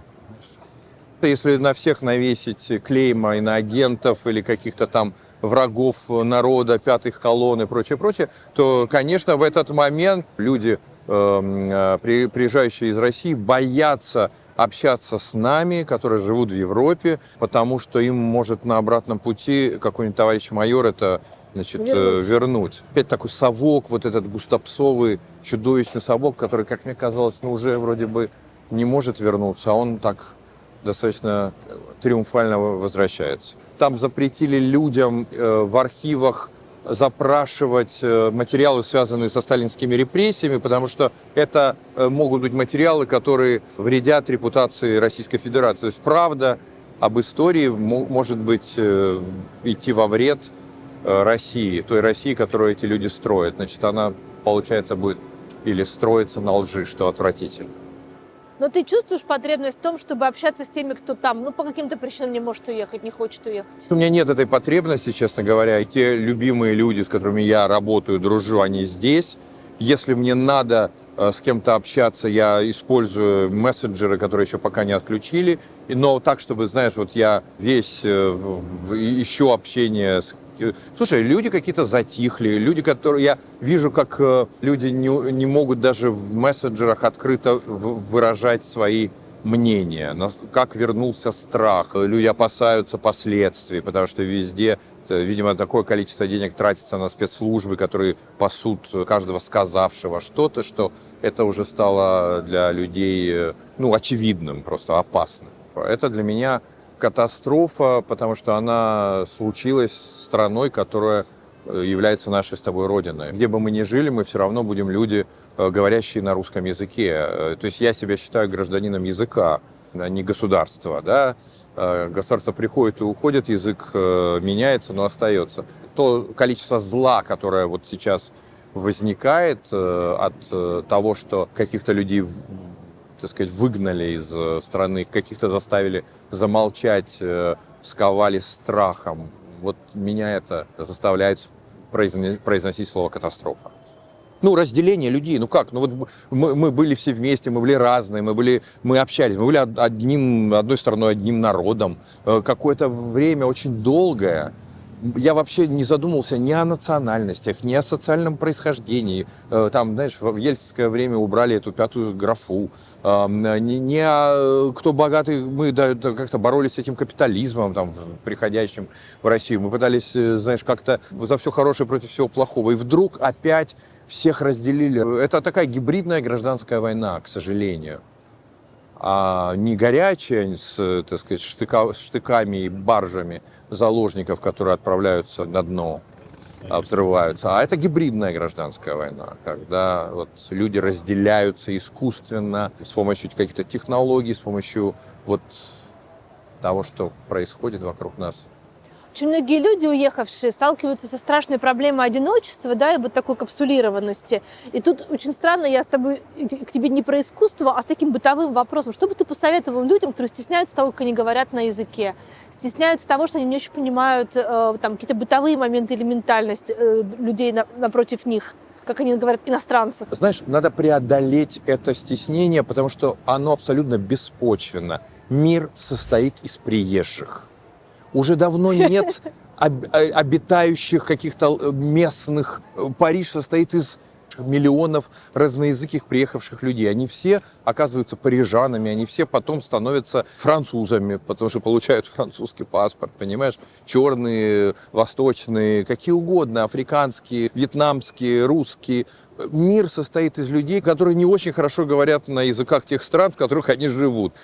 Поэтому нечего стесняться, учите языки. На каком-то уровне всегда получится. Значит ли это, что в 21 веке топить национальную идею – это старческое безумие? Это абсолютно, это не просто безумие, это что-то из 20 или даже 19 века, когда идея национальных государств возникла. Да, вот это все, наполеоновские войны, давайте национальное, так сказать, сопротивление против нового передела карт.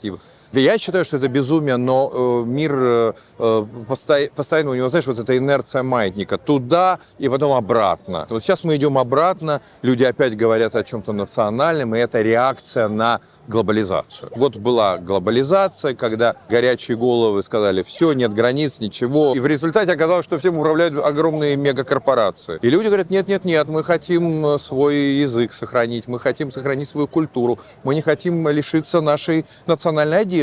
И вот эти тенденции, они где-то там, знаешь, как-то будут устаканиваться. Будет сохраняться и то, и то. И возможность жить в прозрачном мире, потому что это так удобно, когда ты можешь приехать из Рима в Париж, или я потом в Германию без всяких проблем, или куда-то полететь в Южную Африку, в Южную Америку или в Северную Америку, да, и проблем нет. Но при этом сохранять свою идентичность. Потому что идентичность – это язык, идентичность – это культура, идентичность – это те книжки, которые ты читаешь своему ребенку. Это те фильмы, которые ты хочешь смотреть, когда тебе плохо. Это то, на чем ты жалуешься своему близкому человеку. Это все будет сохраняться, при этом не мешая, наверное, образовывать новые агломерации, новые большие образования территориальные. Потому что сопротивляться войнам и варварам тоже придется. Но сейчас Европа поняла, что нельзя быть слабой. Она постепенно начнет, видимо, перевооружаться. Часть социальных расходов будут пускаться на военные нужды, к сожалению. Это будет вызывать недовольство населения. То есть будут большие изменения. Я это тоже здесь чувствую. Знаешь, это все стало чудовищным результатом чудовищных ошибок людей, которые правят сегодняшним миром. Это все деды из прошлого века.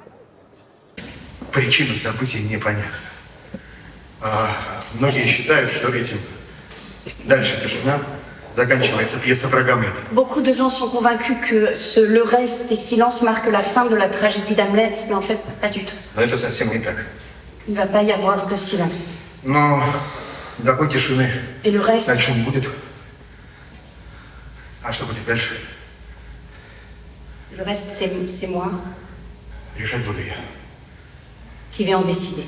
У тебя в Гамлете огромное количество культурологических отсылок к философским и художественным течениям, которые между собой не пересекаются. Ну, что общего у Арто там, и Куросавы, да? Но при этом ты всем этим наполняешь 10 новелл, имея в виду, что до какого-то из зрителей что-то один намек долетит, или имея в виду вот эту эклектичность мира? Не, имея в виду, что у нас мышление, состоящее из ссылок, гиперссылок, из вот такого пирога коннотаций и связностей. И мое сознание так устроено. Это у тебя так сейчас в голове? У меня так, да. Это же я не из книг доставал, это вот мои ассоциации, связанные с Гамлетом. Вот что такое Гамлет? Ну вот Гамлет — это одноногая Сара Бернар, играющая первый раз в истории там, европейской культуры и на подмостках этого принца. La seule chose que je sais faire parfaitement bien sur scène, c'est mourir. Quand je meurs,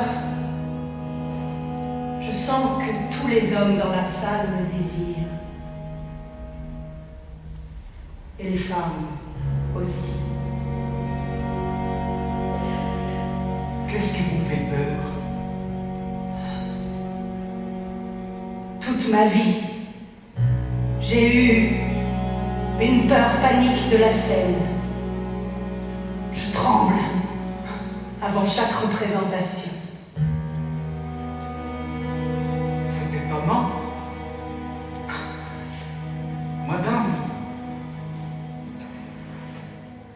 Madame, c'est étonnant.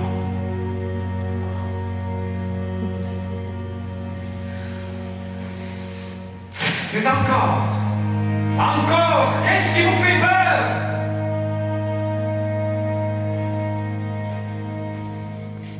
L'oubli.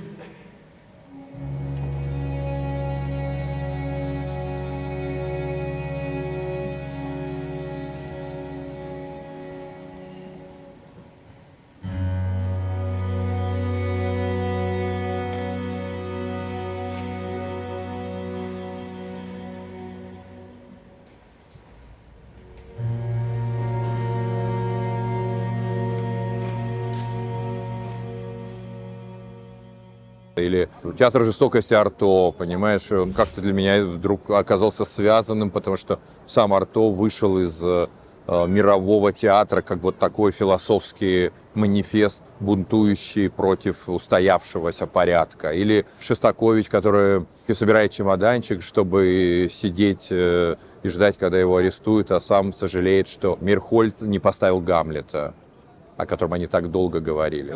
Всегда немножко ищу какой-то угол, и когда и только в быть или не быть, Ну, вообще, вот, ближе к и есть выход, понимаешь? А до этого его как бы нету. И мы как раз на быть или не быть включим яркий свет, чтобы, знаешь, это, что это история сопротивления тогда получится. Внутреннего, человеческого и всяческого.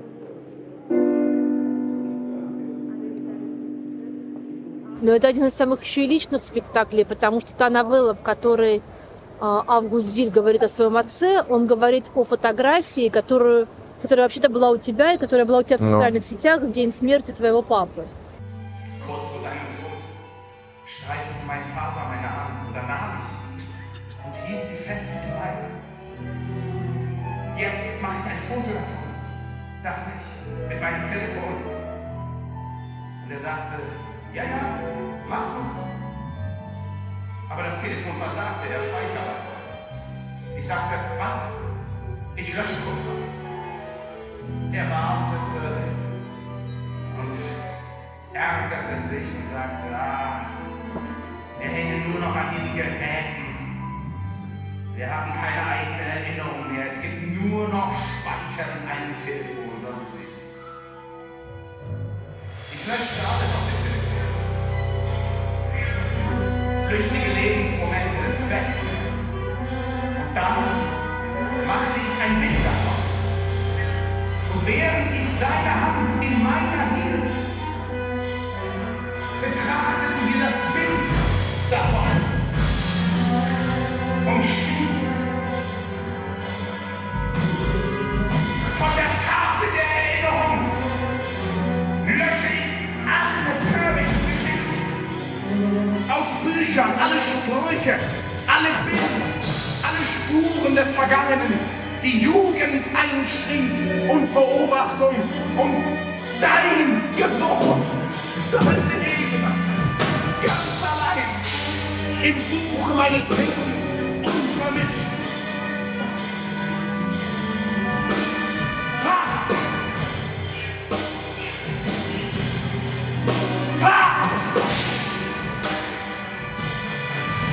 Hey, Vater!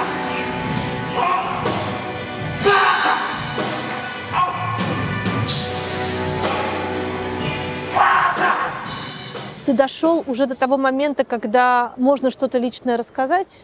Слушай, я всегда рассказываю что-то личное. Не так... Не, я наоборот считаю, что нельзя делать театр, если ты в нем не рассказываешь что-то про свое знание. Другое дело, что стараться делать это нужным и важным для других. Папа умер в 24 году, это произошло в Ростове-на-Дону, куда ты не смог приехать. Да. Насколько обстоятельства невозможности приехать осложнило само принятие этой смерти?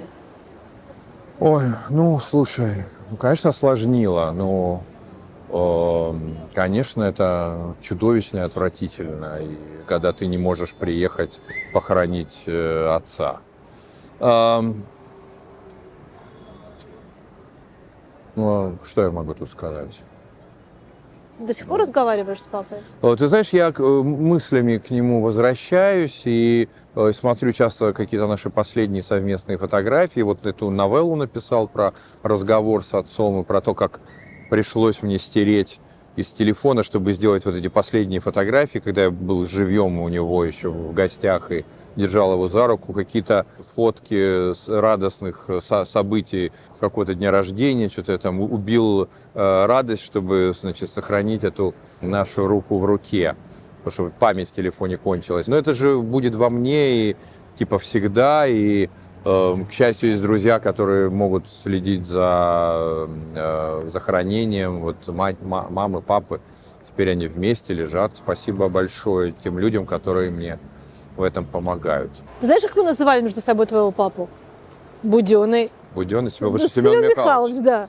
Ну, ты знаешь... У него норов же такой прям... Да, у него был всегда норов, и они с мамой в этом отношении похожи, потому что у мамы тоже был норов. Как они прожили 60 лет там вместе, вообще непонятно, но у папы, знаешь, было невероятное благородство и какая-то невероятная порядочность. Вот я всему хорошему меня научили родители, и папа в частности. Они научили меня не врать. Меня били когда я пытался что-то там... Мать или отец били? Бил всегда папа. Мама его накручивала, а палачом был папа. Но я его очень любил всегда, и его любили все. Ты знаешь, когда вы приходили домой, все попадали под очарование его мужское и под очарование его личности. Он какой-то был очень глубокий человек, при том, что я не могу сказать, что, знаешь, там книгачей бесконечно читал каждый день. Нет. У него такая настоящая витальность. Слушай, я посчитал, он сделал больше 10 тысяч операций и помог гигантскому количеству людей просто жить. Он же уролог был, он занимался сложными мужскими операциями. И эти тысячи людей, они ему всю жизнь писали, благодарили, а он никогда ни подарки не брал, все. Вот для него это такое священное. Я помню последний день, когда он пришел очень такой расстроенный, уволился из мединститута и сказал: запомните, через 10 лет не у кого будет лечиться. Пришло поколение долбоебов. Он очень переживал упадок образования. Он учился у профессоров еще Варшавского университета. То есть он видел, будучи сам человеком... Это ростовская история, что у нас все самое культурное и прогрессивное было из Варшавы. Хотя он из Тирасполя, он из другой вообще теперь страны. И он сюда приехал и успел захватить вот эту плеяду каких-то выдающихся умниц, врачей, интеллектуалов. И дальше даже для него, как для простого, в общем, человека, который успел застать этот уровень образования, все стало опускаться, и он это дико переживал. А это правда или брехня, что он одним из первых хирургов-урологов делал операции по перемене пола в СССР? Да, он работал с центром Бухановского, который делал экспертизу. Психиатр Бухановского, который делал экспертизу Чикатило. Этот центр Бухановского, он делал заключение трансперсонам для перехода. И папа всегда говорил, что пришить, отрезать — это дело плевое, а вот эта психологическая экспертиза, которую люди проходили в течение многих лет, ты знаешь, когда в одном теле душа, в женском теле мужская душа и наоборот. Вот это был настоящий ад, и когда центр Бухановского делал постановление, что можно, они там как-то делали операции.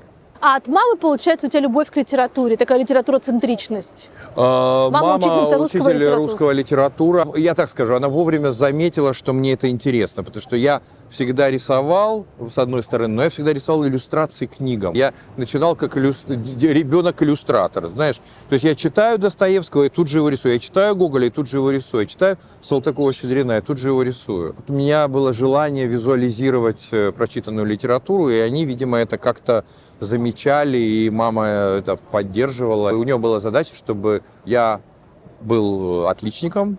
И помню, что мне устроили какой-то настоящий просто чудовищный презрение, когда я получил 1/4 в четверти. Со мной презрительно, так как с говном таким чудовищным. И я помню, это была попытка суицида. Я взял какой-то нож. Думаю, сейчас я, вскрою себя, и они еще, пожалеют. Это был совершенно какой-то подростковый. Я никак в себя это воткнуть не мог. И они, ну давай, что ж ты, так сказать, боишься? Ну, то есть у нас это было много любви, они очень меня любили, я рос в атмосфере этой любви, но это были прямо такие искры летели. Такое страстное проживание обоюдной судьбы. Почему они не дали тебе стать режиссером сразу? Ну, потому что они вообще не понимали, что это за профессия. Они говорили, получи нормальный диплом, закончи нормальный там какой-то институт, университет, и потом делай, что хочешь. Я закончил физтех с красным дипломом. Да, это было сложно. Да, это было сложно. Ну, что до этого была золотой медалью математическая школа, потому что я должен быть отличником, должен быть золотой медалью, и никакой другой, не серебряной, только золотой. Закончил университет, положил диплом и сказал, все, больше вы меня здесь не увидите. Считаешь ли ты это украденной частью жизни? Нет, ты что? Я счастлив, потому что все-таки университет – это не актерская ПТУ. Физика – это же наука об устройстве мироздания. То есть это философская наука. Люди после физтеха многие шли либо в монастырь, либо на философский факультет развиваться. Это было очень, знаешь, такое образование, которое ставит вопросы. Многие мои однокурсники, вот их мы заканчивали, знаешь, это развилка интересная, их брали тут же в Силиконовую долину. Вот просто стояли, это были 90-е, голодные, закрывали все эти ящики советские, и их просто сразу в Силиконовую долину. Я сказал, нет, я не поеду в Силиконовую долину. В этот день у меня была премьера в театре. Я уже начинал работать в частном театре в Ангажементе. Вот у них Силиконовая долина, у меня частный театр в городе Ростове-на-Дону. И как-то вот мы разошлись. В твоих постановках всегда музыка играет невероятную роль. Но я хочу вспомнить, может быть, самое начало этой истории, которое никто не знает, как ты обнаружил в Ростове-на-Дону композитора Россини. Инисор. Его звали Инисор, Николай Инисор. Да, у него было свое имя, у Коли. Называл он себя Инисор, что значит Россини наоборот. Он был законный шизофреник, но, как многие люди с подобным заболеванием, они могут быть очень талантливыми, но с какими-то талантливыми проявлениями, но потом, конечно, болезнь может взять свое. Я, к сожалению, его видел потом уже, когда он ходил босиком по улицам в совершенно запущенном состоянии. Он писал музыку так легко и так на выдохе, а когда специалисты, музыковеды, которые в Ростове, кстати, были, смотрели его музыку, эти какие-то ноты, которые он записывал, они говорили, это Россини, это абсолютно Россини. То есть он утверждал, что ему музыку диктует сам, значит, великий композитор сверху. Иногда он ноты записывал мухами, то есть он ловил мух и приклеивал на нотный стан как ноты и записывал. Потом из этих мух-нот делал инсталляцию. Я однажды был у него дома, у него была ванна, заполненная водой. Лежали какие-то белые гладиолусы, и, значит, эти ноты как-то были инсталлированы. То есть он делал инсталляции достаточно эффектные. У них там с мамой никогда не было денег на еду, а вот на, значит, белые гладиолусы денег хватило. Видимо, когда он работал, когда он сотрудничал и когда он занимался какими-то делами, он держался на плаву, как только у него не было работы, а от него все, конечно, шарахались, потому что он был заросший, так сказать, какой-то совершенно такой полу с безумным взглядом. Когда болезнь брала верх, то он, так сказать, терял человеческие какие-то уже такие проявления здоровые, что ли, перестал работать. Вот. А когда садился за инструмент, то вот просто как из-под пальцев рождалась фантастическая музыка. Ростов 90-х, начало 2000-х – это был город, наполненный невероятными персонажами. Это мне так казалось, или ты окружал себя такими людьми? Да нет, просто мы были молодые и веселились, и радовались, и искали что-то необычное в достаточно унылой, как мы сейчас понимаем, такой полубандитской реальности. И нам хотелось жить художественной жизнью, про которую мы читали в журнале «Ом» и в журнале «Птюч». Искали людей, персонажей, устраивали выставки. Я Тогда был совершенно очарованный, учился во многому этого человека, Сережа Тимофеев, такого фантастического художника и музыканта, группа Пекин Роу-Роу. Человек, который придумал заставку АТВ. Да, который потом стал главным художником авторского телевидения. И его совершенно чудовищным образом просто зарезали на Пушкинской площади в Москве. В очереди к ларьку. Да, у ларька какие-то алкаши или непонятно кто, до сих пор не ясно. И Вика Врубель тогда, значит, она была его женой, мы ее снимали в его клипах, я для него снимал клипы, я снимал... А ты все, по-моему, его клипы снял? Я вот все, что у него было, настоящая рок-звезда. При том, что он был не только музыкант и фронтмен группы, но он еще был потрясающий художник. И вот его работы огромные, просто какие-то музейного размера. На всю стену какие-то практически murals, они исчезли. Где-то они должны всплыть, вдруг нас кто-нибудь увидит и расскажет, где они хранятся. Вот я помню, даже после его гибели мы хотели сделать выставку, а работ не было. Вот они исчезли. Он их где-то хранил в сараях у друзей, как все это было, значит, тогда заведено. И вот они исчезли. Я очень хотелось что-то найти, ничего не нашли. Как это стыковалось? Андеграунд и бандитский город? Ты знаешь, Где у этого были оно пересечения? никак не стыковалось, оно шло параллельно. Ну, бандиты жили своей жизнью, занимались бизнесом, рэкетом, накапливали капиталы. Бандиты учились у твоей мамы литературе? Да, был такой момент. А я и какие-то люди, которые занимались творчеством, совершенно параллельно занимались творчеством. Эти миры практически не соприкасались. То есть вот это знание бандитского мира тебе в производстве сериала «Ростов папа» никак не помогло? Никак, наоборот. Моя идея этого странного сериала была в том, чтобы очистить имя города Ростов-на-Дону от бандитской славы. Мне хотелось показать, что город про любовь, про прекрасные какие-то совершенно не бандитские истории. А одно другому мешает, ты считаешь? Мне не нравилось, что я живу в городе, у которого единственная, так сказать, слава – это криминальная. Я все время говорил, в конце концов, там есть литература, там есть какие-то казачьи песни, там есть, я не знаю, вот Пекин Роу-Роу, там есть какие-то авангардные художники, тогда был Авдей Тироганян, а людям всем интересны были только бандиты. А мне почему кажется, что это вообще никак не между собой не Наверное, спорят. нет. Тогда мне казалось, что я вот не хочу. Хотелось быть про искусство и красоту тогда. Ты потом работал с талантливейшими, с Сергеем Невским и с Александром Лунацковым. Да, и всегда Илья Демуцкий. И Илья Демуцкий. Да, это всегда была всегда супермузыка. Да. А мы поговорили про то, что ты сам себе художник всегда. И для тебя это тоже важная составляющая. А ты как воспринимаешь мир? На слух, визуально или через текст? Что важнее? Я начинал как текстовик, как человек логоцентричный, и очень долго отказывался от этого, понимая, что мир стремительно меняется в сторону визуального восприятия. Я сейчас, конечно, визуал.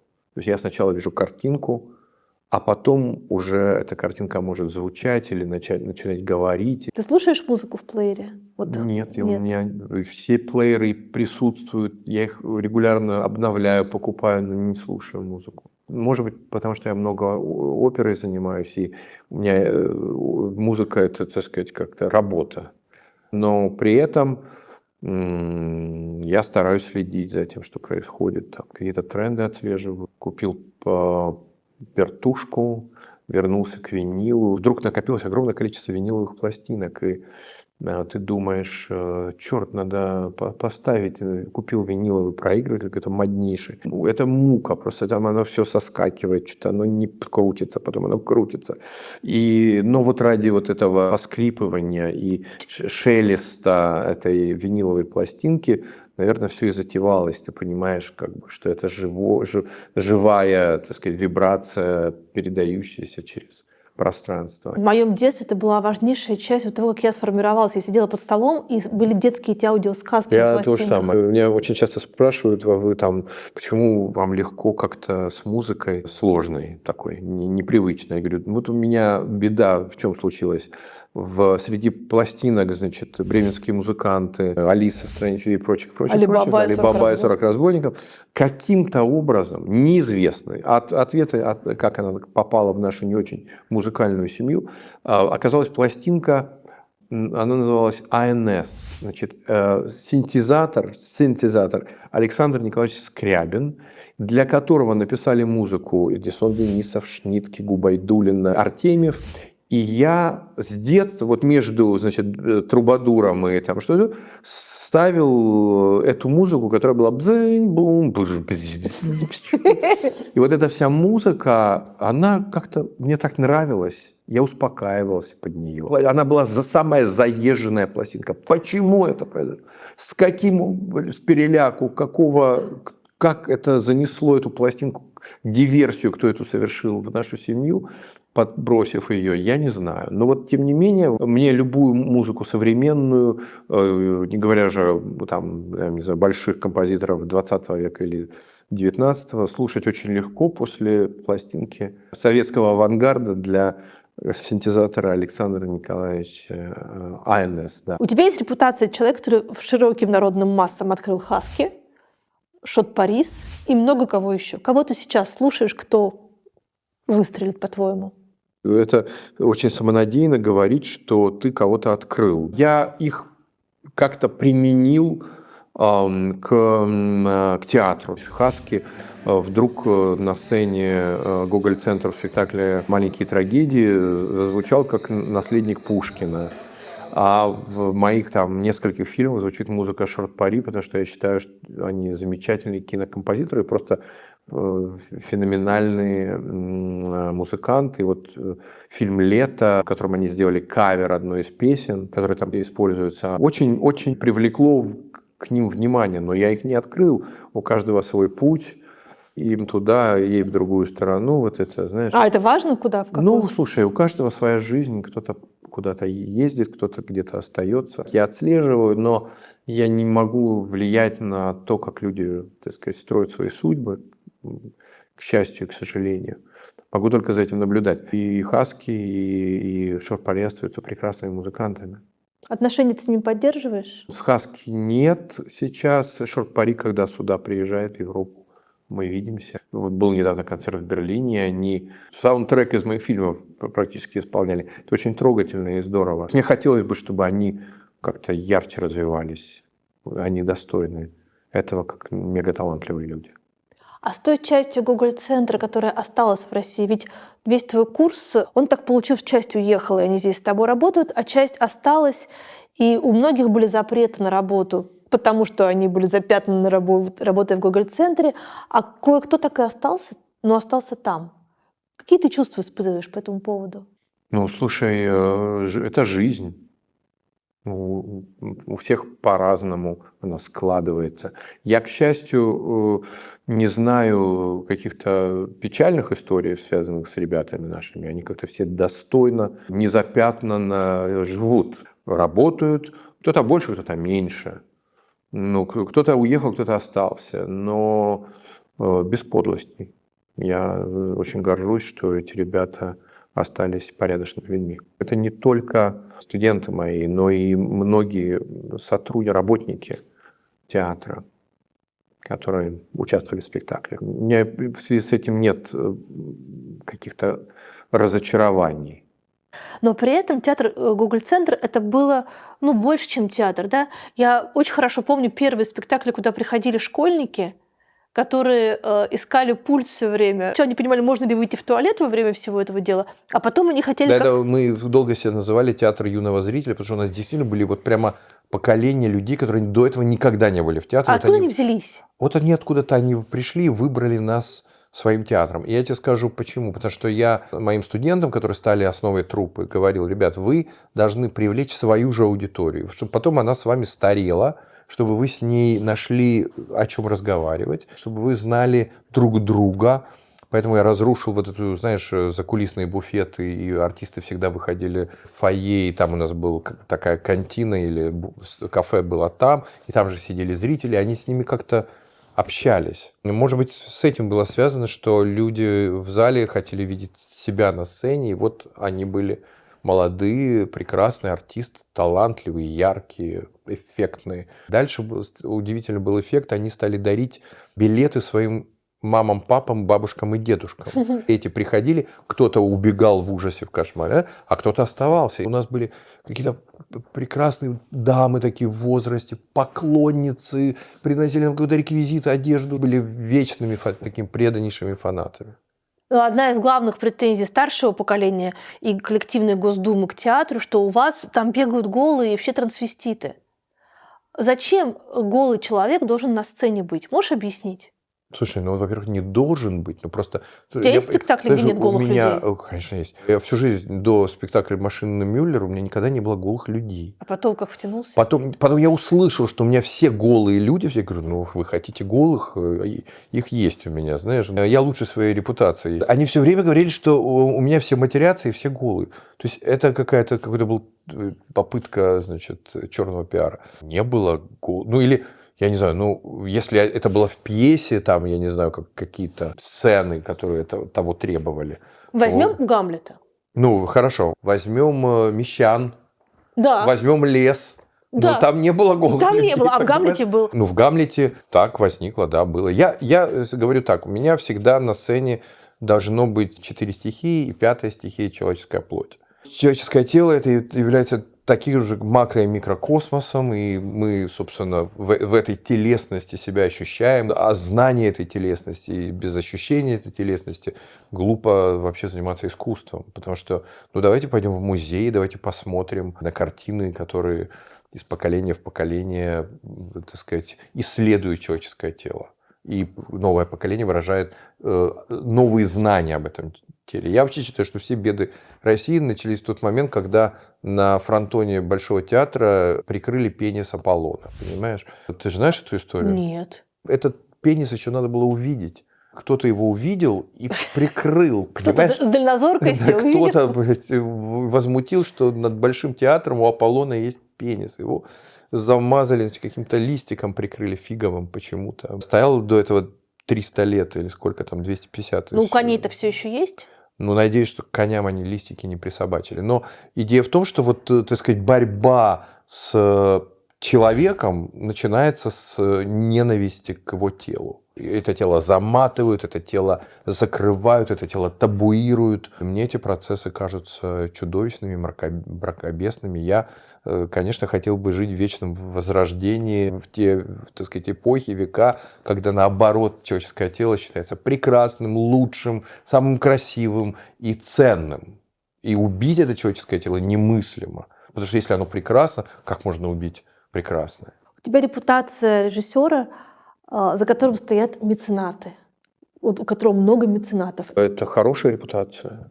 Это говорит о том, что все, что я делал, никогда не приводило к разочарованию тех людей, которые давали на это деньги. Ну, слушай, моя вся жизнь состоит из поиска денег, и они находятся то там, то сям. Искусство всю жизнь идет по миру с протянутой рукой, что это и фильмы, и театр, и любые другие формы. И в России, и в Европе это одинаково. Все одинаково. Ты ходишь, и всегда денег не хватает. Здесь чуть-чуть более, как это сказать, понятные принципы. Здесь есть фонды, которые можно подавать заявки.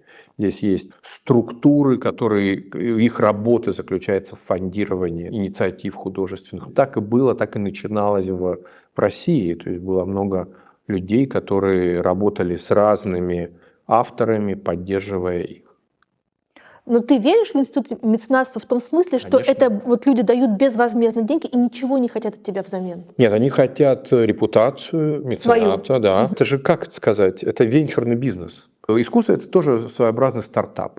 Только он стартап не ему, то есть не то, что мы придумали штучку, которая заработает миллиарды, а это вклад в развитие человечества, не побоюсь этого слова. Любое искусство, любая выставка, любой спектакль, любой фильм – это ничего не было, и вдруг создается нечто, которое, как бы мы ни хотели, но влияет на людей.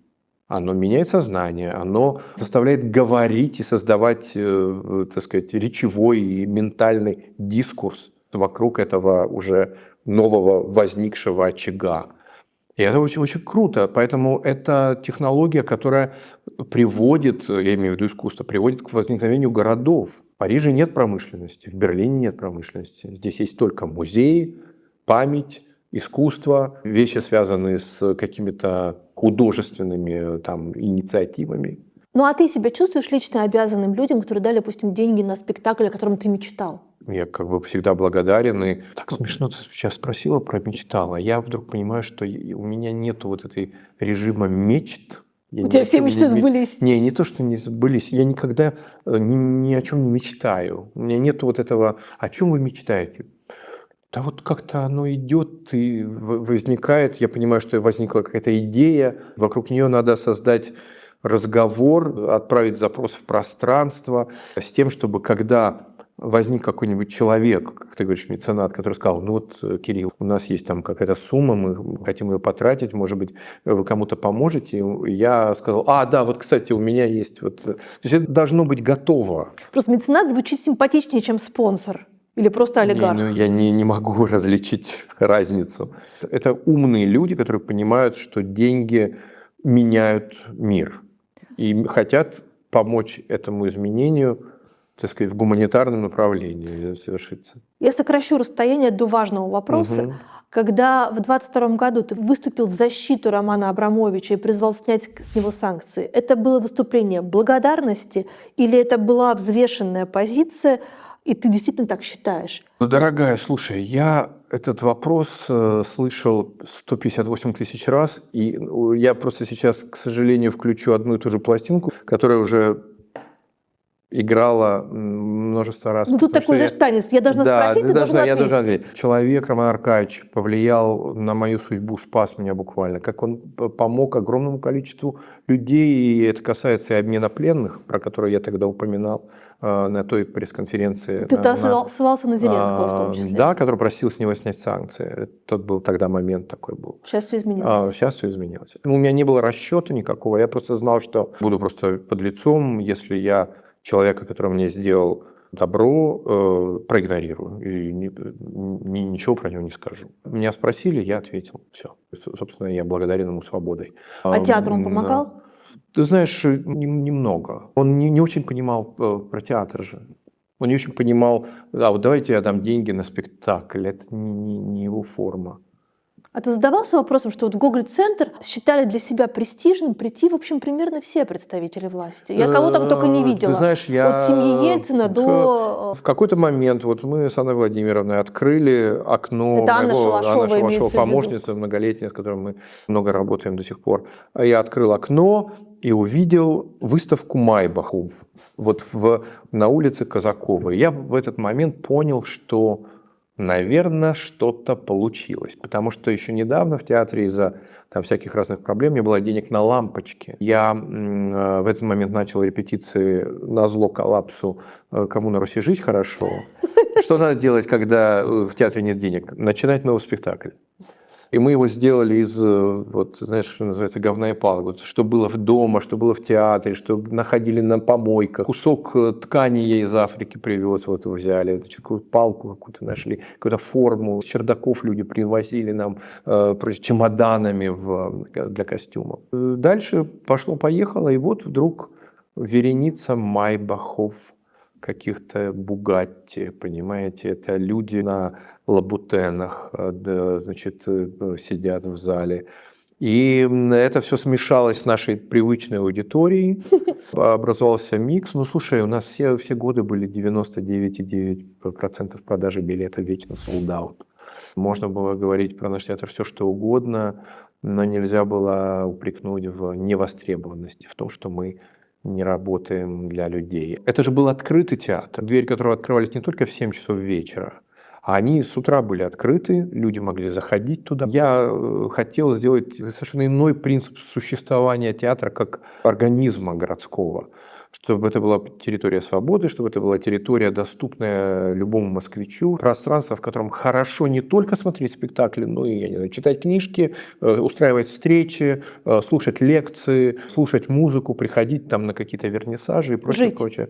Ну, практически жить. Люди там приходили там в 12 часов, когда мы открывали, и вот до вечера, до спектакля сидели, пили кофе, ели чего-то, встречались, назначали встречи. Там был такой коворкинг у нас в этом фойе. Это другой принцип коммуникации. Потому что театр – это в любом случае коммуникация. Это не фасад, так сказать, государственное предприятие, которое изображаем, значит, величие русской культуры. Нет, это место жизни, это место дыхания, место свободы и место, где людям очень хорошо. Я хотела тебя спросить, не скучаешь ли ты? Но ты мне скажешь, что, конечно, ты не скучаешь. Слушай, ну ты хочешь... Я хочу понять, этого не хватает или все окей? Ты понимаешь, какая штука? Началась новая жизнь, открылись новые возможности. Эти возможности намного больше и шире.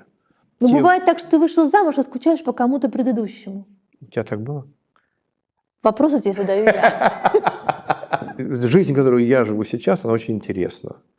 Тот период моей жизни, который связан с Гоголь-центром, один из лучших и ярчайших в моей творческой биографии жизни. Конечно, это нельзя забыть. Это нельзя развидеть. Это не хочется забывать, потому что там слишком много положительных эмоций, даже то страшное и неприятное, которое происходило вокруг, оно было логичным. То есть я никогда не причитал: «Ой, за что это, как это, почему?» Ну, я знал, за что, я понимал, за что. Ну, не любят, ненавидят, собираются вещания, как нам их закрыть. Ну, разумеется, что-то такое. Даже эти майбахи вас не уберегли. Майбахи же приезжают, чтобы получить удовольствие. Люди не привыкли там, я имею в виду в России, бороться за свободу. Защищать свое удовольствие? Удовольствие тоже надо защищать. Видишь, они даже сейчас не смогли уберечь свою жизнь, которая оказалась совершенно разрушенной по вине одного или нескольких людей. 28 марта прекращается твое уголовное преследование, 29-го ты улетаешь из России. Садясь в самолет, ты понимал, что улетаешь навсегда? Ну да. Что ты взял с собой? В библиотеку, а что, больше ничего нет. На протяжении театрального дела какой был самый для тебя тяжелый момент? Когда зачитывали приговор, в какой-то момент, ну, видимо, такой момент психологического, знаешь, когда-нибудь сниму или напишу историю про казнь Достоевского. Это вот прямо, знаешь, это же тоже такое было издевательство. Надо было поставить, гражданская казнь. Вот сейчас уже знают, что человека расстреляют, но раз заходит человек, и кто-то приходит и говорит, ну, так сказать, каторга. Передумали. Передумали за секунду до выстрела. И здесь то же самое. Заходят люди с кандалами, там уже все, и значит, все, сейчас арестуют. У меня сумка для тюрьмы. И ну как-то там, значит, они все-таки... Это был такой момент, который ты думаешь, ну все, ку-ку, сейчас, значит, примут окончательно. Это было такое психологически тяжело. А потом я смешное, тут же смешное. Орала толпа людей на улице, потому что люди думали, что нас уже все убивают, уже расстреливают. Орали, там крик стоял такой, вопль. И судья, глядя на нас, сказал, ну что они орут? Ну это же хороший приговор, это же хороший приговор. Все время мы говорим что-то такое, типа, ну вы же видите, что мы невиновны. Они говорят, мы видим. Так пальцем. Ты воспринимал театральное дело как жестокость по отношению к тебе или просто некий набор случайностей, в который ты попал? Ну как это, гражданская казнь, ну как вот наказание, вот он неправильный. По поводу театра Гоголь-центра собиралось заседание Госдумы, они сидели, думали, что с нами делать. Какие-то комитеты собирались, что с нами делать, как в общем, это все безобразие прикрыть. Второй уже смешной момент. Мы в Питере сидим в жюри, я сижу какого-то фестиваля театрального, и мы в перерыве сидим в кафе, и вдруг в телевизоре, значит, идет звук выключен, и я вижу, значит, вдруг Кукушкина в спектакле «Мертвые души». А рядом с Кукушкиным и спектаклем «Мертвые души» надпись «Нужен ли нам такой театр?». И мы, значит, подходим, что такое. Передача Киселев. Первый сюжет «Украине все пропало», второй сюжет «Америка гадит», третий сюжет Серебренников и театры. Нужен ли нам такой театр? Вот 3 сюжета были в этой там какой-то часовой передаче. Что? Это как статья в газете «Правда» «Сумбур вместо музыки», после которой Шостакович собрал чемоданчик и сидел в ожидании ареста. А ты собрал чемоданчик? Я в этом отношении легкомысленный человек. Я всегда самые тяжелые моменты, значит, которые случались в театре, когда нас отключили там от всех ресурсов, знаешь, кроме электричества, я приходил в театр и говорил, так, ребят, начинаем репетировать спектакль. Что мы можем сделать? Мы можем только репетировать. Но что послужило отправной точкой? Ведь государство же тебе дало этот театр, не то, А что ты потом пришел... они пожалели. У них логика такая. Мы ему дали деньги, а он твари говорит то, что не нужно. У него там какие-то голые люди матерятся на сцене. То есть какой-то не такой театр он делает. А я же театр делал не для власти, а я театр делал для горожан. Я-то считаю, что мы существовали на деньги налогоплательщиков, а не на деньги их, понимаешь, которые нам их дали. Они-то считают, что вот мы ему дали, и он должен быть лояльным. И вообще-то есть у тебя репутация любимчика власти. Где она, репутация? С какой стати? В устах злопыхателей. Ну, Ты по слушай. пьесе Суркова спектакль ставил? Да, был такой момент. Но они видели этот спектакль? Ну, конечно, нет. Тогда бы они ничего не говорили. И мне не дали ни театр за это. Мне театр дал Капков. Это совершенно другая история. Это московская история. А как тебе Капков дал театр? Почему тебе, а не там, не знаю? Он всем дал, он не только мне дал. Он открыл парк, он открыл театр. Это было какое-то уникальное время, когда пришел человек, который захотел просто Москву переформатировать, я имею в виду культуру Москвы. А он понимал, что культура – это триггер развития, движения этого города, большущего, огромного.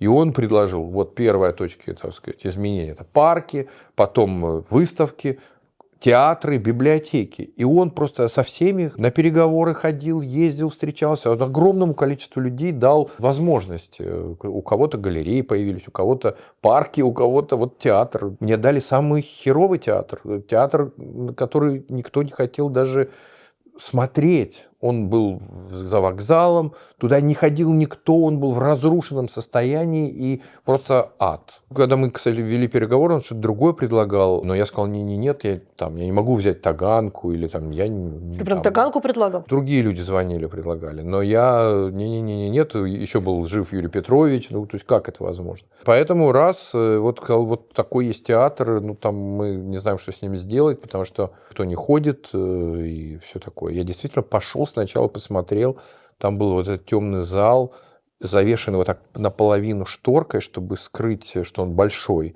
И вот в этой оставшейся части было 2 ряда заполнено. То есть вот так было.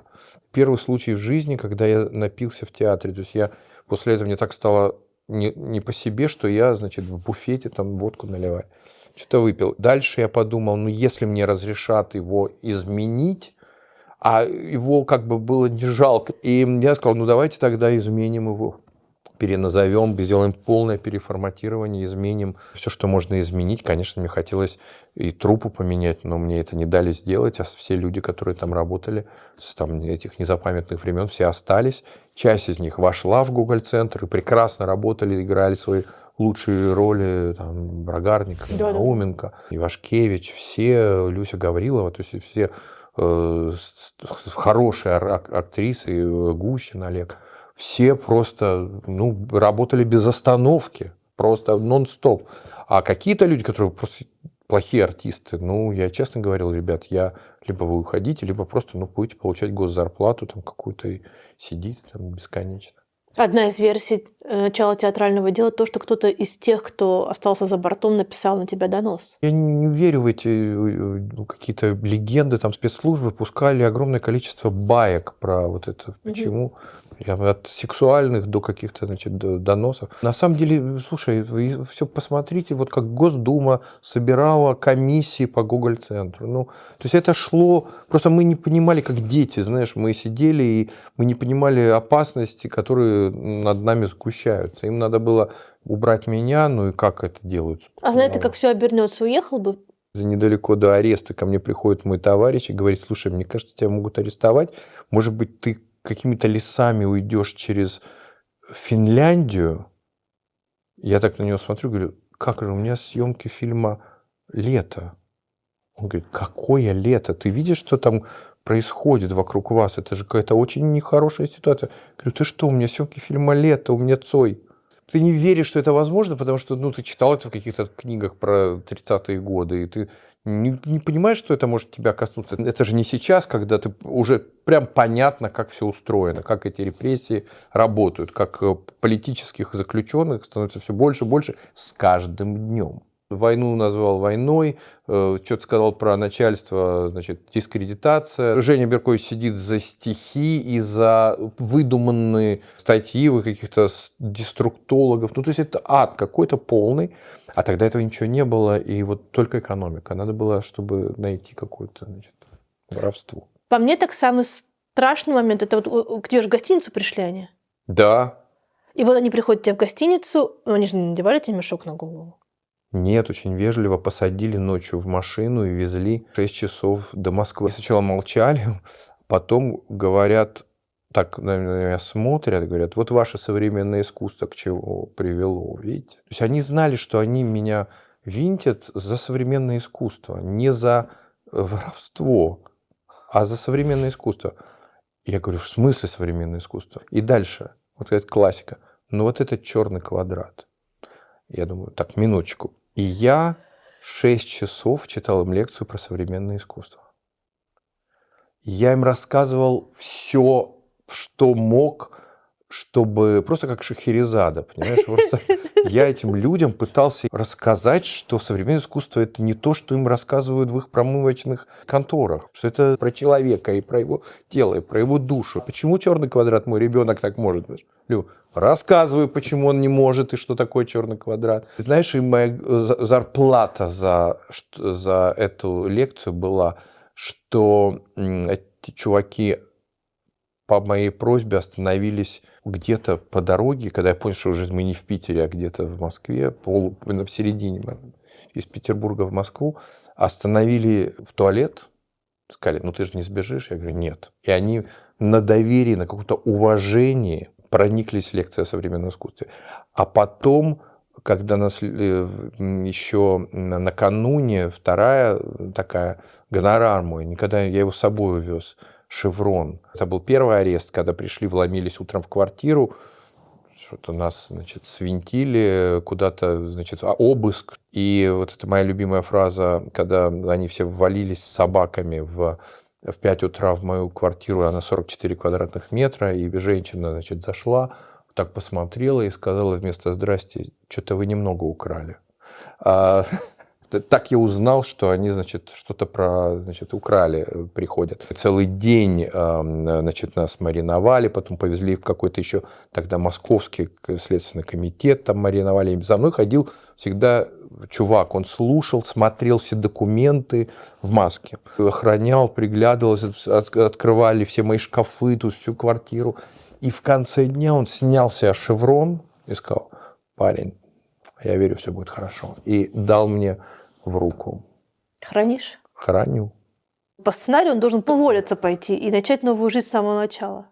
Я надеюсь, что там были люди, которые уволились. Понимаешь, в эти же службы идут люди из-за социальной несправедливости, думая, что вот они реально борются с какими-то коррупционерами или какими-то мерзавцами. Когда они попадают на такие совершенно политические или какие-то несправедливые вещи, мне кажется, они не могут не осознать, что они служат не там, где, о чем они думают. Я думаю, что люди, которые борются за справедливость, именно поэтому становятся там следователями или кем-то, понимая, что они работают на репрессивную машину, могут измениться. Как знаешь, знаменитый эпизод про реабилитацию Мейерхольда. Про него узнал следак, это же уже после войны, это уже после смерти Сталина, который до как бы мозга костей сталинист. Тут молодой, так сказать, комсомолец, которого дали дело забытого режиссера, которого расстреляли, утопили в бочке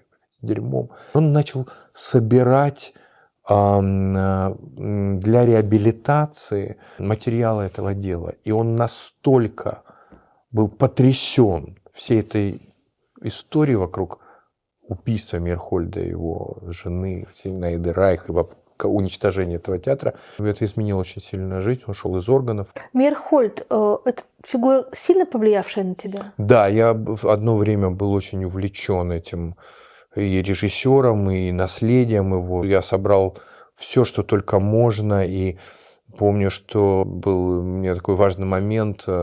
в Америке, когда я работал, я преподавал систему Станиславского в Кембридже. Там жила одна женщина, она жена была актера, который еще работал в БДТ, и который был связан с Мирхольдом каким-то образом. Она мне передала первое издание биографии Мирхольда еще, это, по-моему, было до репрессий. И я думаю, как меня Всеволод Емельевич интересно нашел даже в Америке. У меня был удивительный мистический случай. Я приехал в Москву и пошел почему-то на Ваганьковское кладбище. Это был февраль. Это вот только я приехал в Москву. И я хотел разыскать могилу Мирхольда.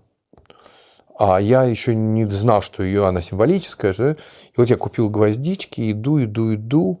Мне какой-то там старичок куда-то показывает, а там непонятно, все засыпано. Я вдруг прихожу и вижу символическая могила, Райх, Мирхольд. И возле этой могилы стоит женщина просто с лицом Мирхольда. Я думаю, о, ё-моё. Это была одна из его родственников, Валентеев фамилия была. Это женщина из семьи, единственная, которая владела, так сказать, линией передачи. Оказалось, что это день смерти Мирхольда. 2 февраля. Расстрела. И мы потом Гоголь-центр открыли 2 февраля и праздновали всегда День театра 2 февраля. То есть вот это какое-то странное, все мистические совпадения. Есть ли у тебя силы и идеи повторить опыт Гоголь-центра здесь, на другой территории? Есть люди, уже все это как-то обрастает. Если тому, есть судьба тому быть, то оно будет. Это все достаточно трудоемкое и финансоемкие предприятия. Если в этих новых обстоятельствах это сможет получиться, то я думаю, что у меня есть еще ресурсы на еще один театр. Это же кажется, что мы ему дали театр, и он, значит... Но в этом же есть магия власти. Да нет, это все. Вы, дорогие, дали галеры. Вот это галеры. То есть ты за какую-то небольшую зарплату должен много лет, 24/7, заниматься этим делом. Все свои планы этому подчинять, и всю свою жизнь этому подчинять. Я сейчас, знаешь, как-то получил удовольствие от свободы, от того, что я могу путешествовать по разным прекрасным странам и прекрасным городам. Ну, ты вернулся к тому, кем ты был, ты фрилансер. Да, но я как-то вот до такой степени фри не был.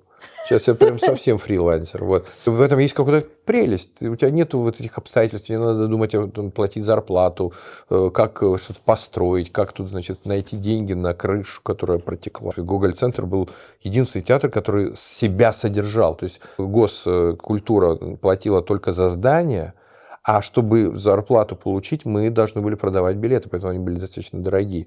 И мы спасались тем, что у нас было 99% продажи билетов. Наверное, они не смогли это сразу закрыть, потому что, это был театр, который был всегда забит зрителями. Следишь за тем, что там происходит сейчас? Нет, Жень, даже не знаю. Закончилось. Вот у нас была премьера в Авиньоне «Черного монаха», и в этот день они закрывали театр. Это была достаточно горькая история, потому что это, знаешь, какой-то праздник со слезами на глазах. То есть у нас тут прям круто. За многие годы российский режиссер на главной сцене Авиньонского фестиваля в Папском дворце играет спектакль на русском, в том числе языке, немецком и английском по Чехову. Все это 22-й год, понимаешь? И в этот момент в другой части мира закрывается театр, который эти же люди делали.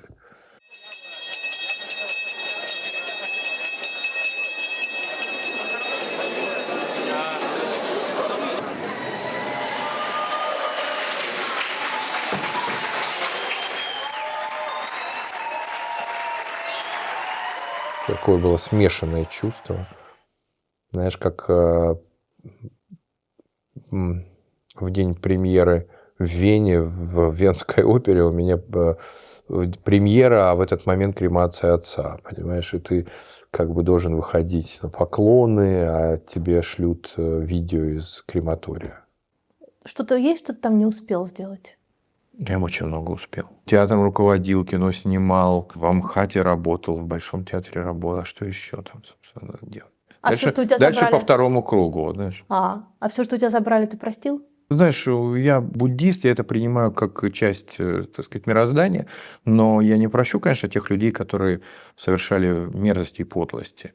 Ну, что значит простил? Ну, внутренне простил, я не хочу нести на себе груз обид. Вообще, обидеться и жить в обиде – это последнее, что нужно делать. Это вообще не про меня. Вот этот ресентимент, вечный ресентимент, очень, кстати, знаете, опасная черта, которая всегда ведет к войне и к совершению. Вернусь, отомщу. Да, понимаешь, визит старой дамы. Нет, я не хочу жить этим ресентиментом ни в коем случае. Знаешь, я не понимал раньше, вот как Юсуповы, были очень богатые люди, да, у них все забрали, и они как-то спокойно это отдали и начали жить дальше во Франции.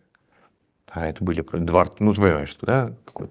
И вот жили там, сочиняли французскую моду, жили какую-то, не знаю, лучшую, худшую, но новую часть своей жизни. Восхищались каждым днем, любили друг друга, жили дальше.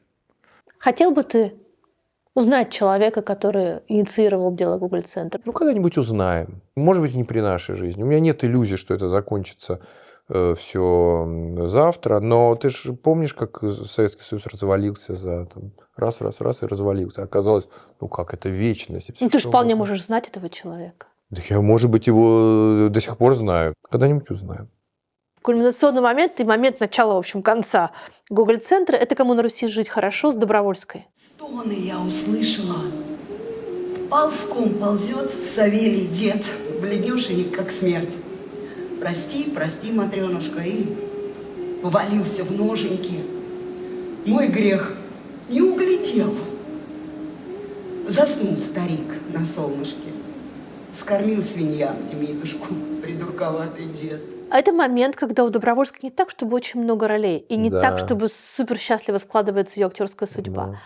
И это момент твоей такой, долгой, близкой, и, я так понимаю, очень тяжелой работы с актрисой, на смерть, которую ты опубликуешь свое к ней письмо. Это очень для тебя Да, мы дружили, понимаешь, это дружба, это не просто работа. Я единственный человек в мире, который выпустил рекордное количество спектаклей с Женей Добровольской. Она сжирала режиссеров просто со свету. И причем она сжирала их не характером, а она задавала какие-то вопросы. Она все время говорила: я Ефремовская. Имела в виду, что она, так сказать, приучена к театру высокой проработки. То есть они копали, они исследовали, они сделали сумасшедшие, сложнейшие и очень сущностные разборы пьес, материала. То есть она к этому привыкла. Она привыкла к театру высокой степени отделанности, сделанности. Поэтому, когда приходил какой-то не очень готовый режиссер и что-то там говорил, и она ему задавала встречный вопрос, он не знал, как ответить, все, его, так сказать, он и, значит, улетучивался. И поэтому Женька, она была и есть, я не хочу говорить была, вот этим мотором. Мы бесконечно говорили о Чехове, мы бесконечно разбирали какие-то сюжеты и пьесы из, вот, так сказать, из ее репертуара, из моего репертуара. Мы эту Матрёну делали какими-то неделями. Просто сидели, придумывали, сочиняли, работали с этим текстом. С ней всегда было трудно, но это такое настоящее, это такой подлинный и сущностный театр. Она вот прямо артистка, что называется, корневая такая. Я поэтому взял ее преподавать на курс. Она же набирала всех наших ребят. То есть, прежде чем попасть к тебе, они прошли ее отбор? Они прошли ее отборы, она приходила на экзамены. Потом, к сожалению, из-за съемок, из-за там всяких личных дел, она сошла с дистанции, но всегда оставалась, они всегда ее воспринимали как свою.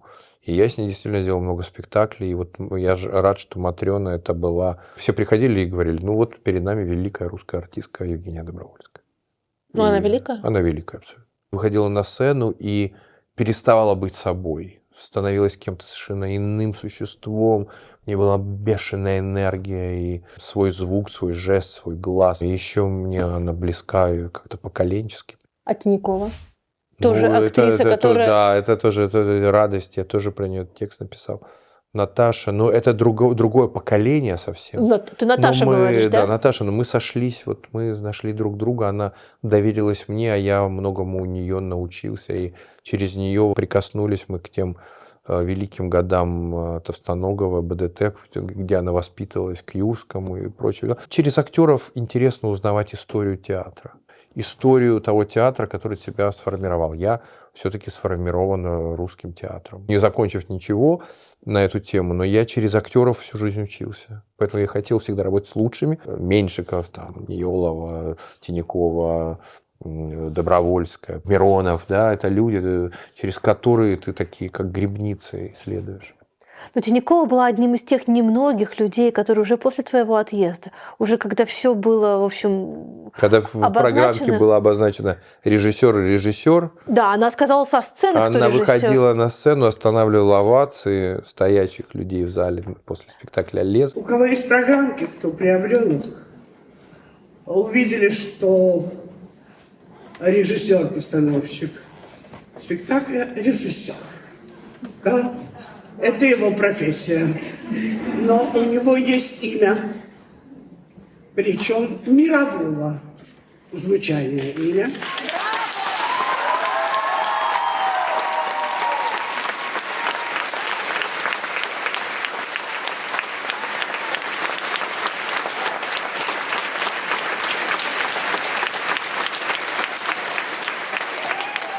Это Кирилл Серебренников, конечно.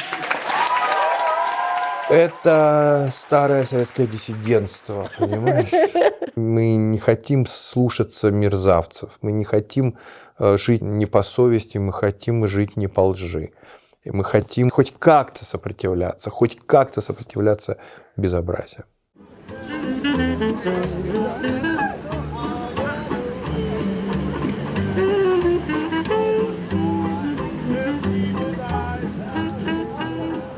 Но у него есть, да, вот этот почерк, вот эти крыши.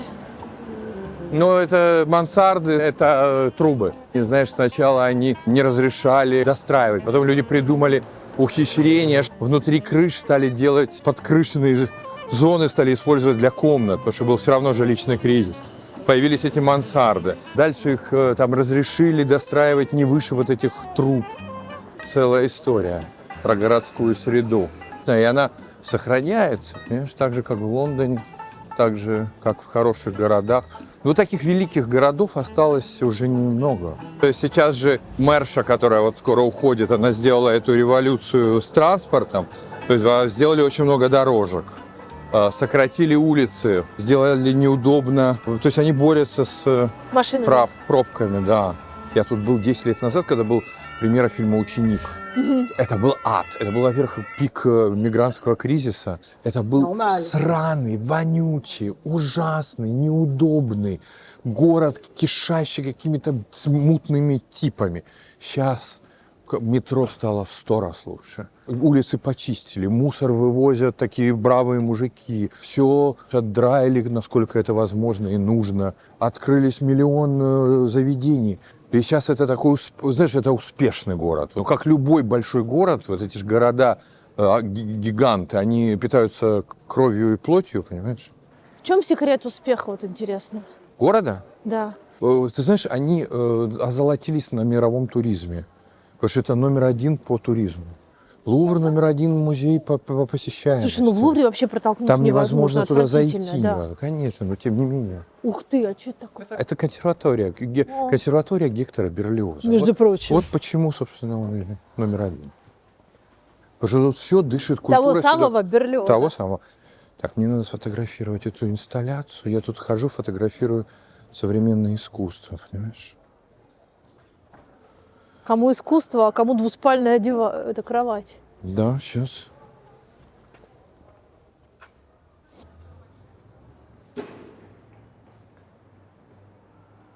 Угу. А может быть, тут мы пройдем как-нибудь? Ты думаешь, через эту калиточку? Да, может, мы ее откроем и пройдем?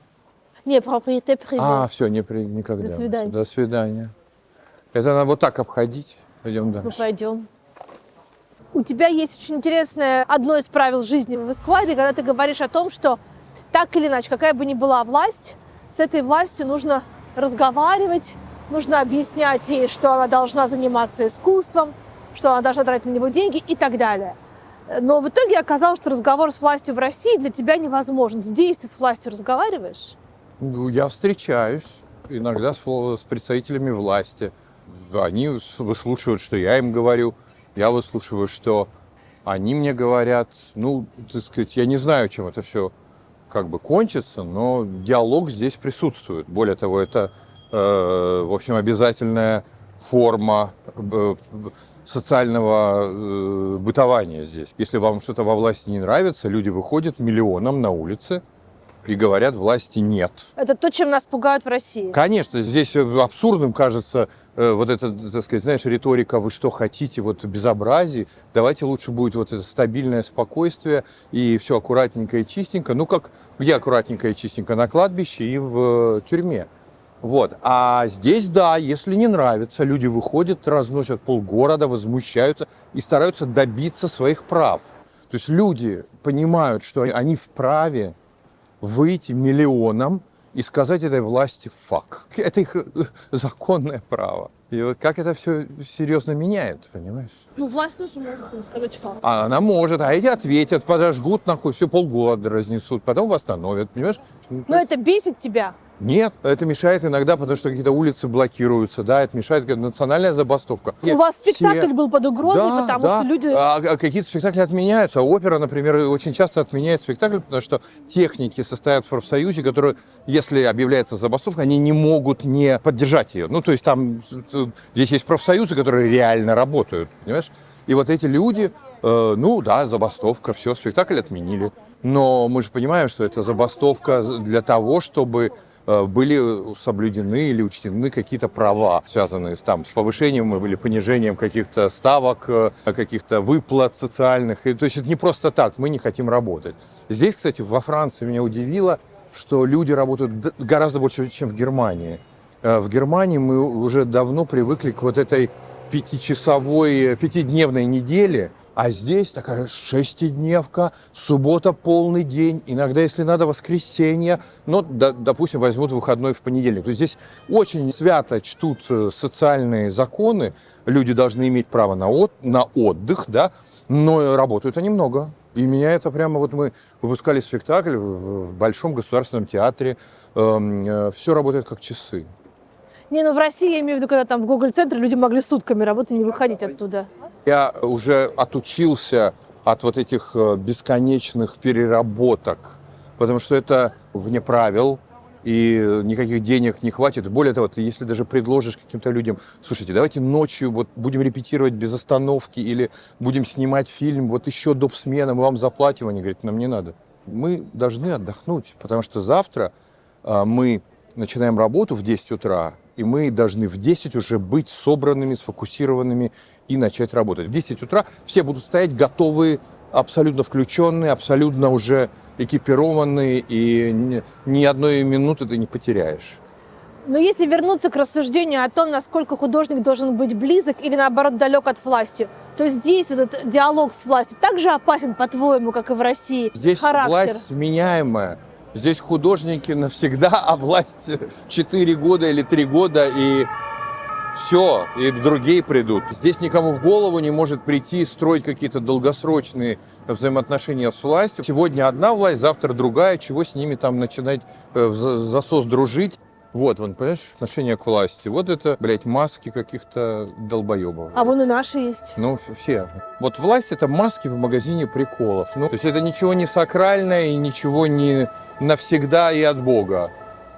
Мы находимся во дворике, куда теперь, вот там на второй этаж, переехал Кирилл and Friends. Да. Что такое Кирилл and Friends? Кирилл, понятно, это ты. Да, кто твои друзья? Скажи мне, кто твои друзья. Да-да-да.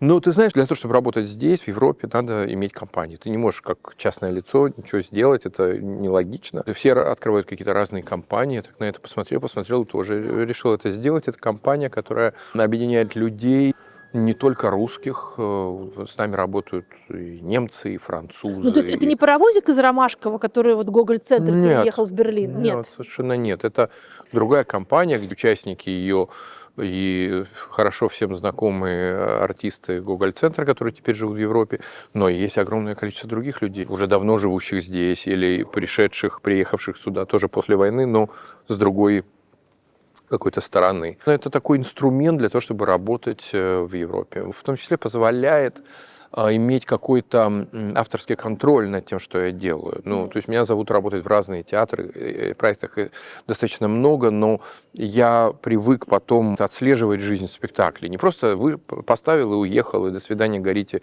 синим пламенем. Нет, мне хотелось бы, раз это все происходит достаточно долго, серьезно и затратно, то на это влиять. А для этого нужно такое вот копродюсирование. Поэтому компания, в которой есть разные меценатские источники и бюджеты разных институций культурных разных стран, она позволяет мне жить и работать, и отслеживать результат нашей деятельности. Ты сейчас восстанавливаешь здесь, в Берлине, один из самых красивых твоих спектаклей «Балет Нуриев».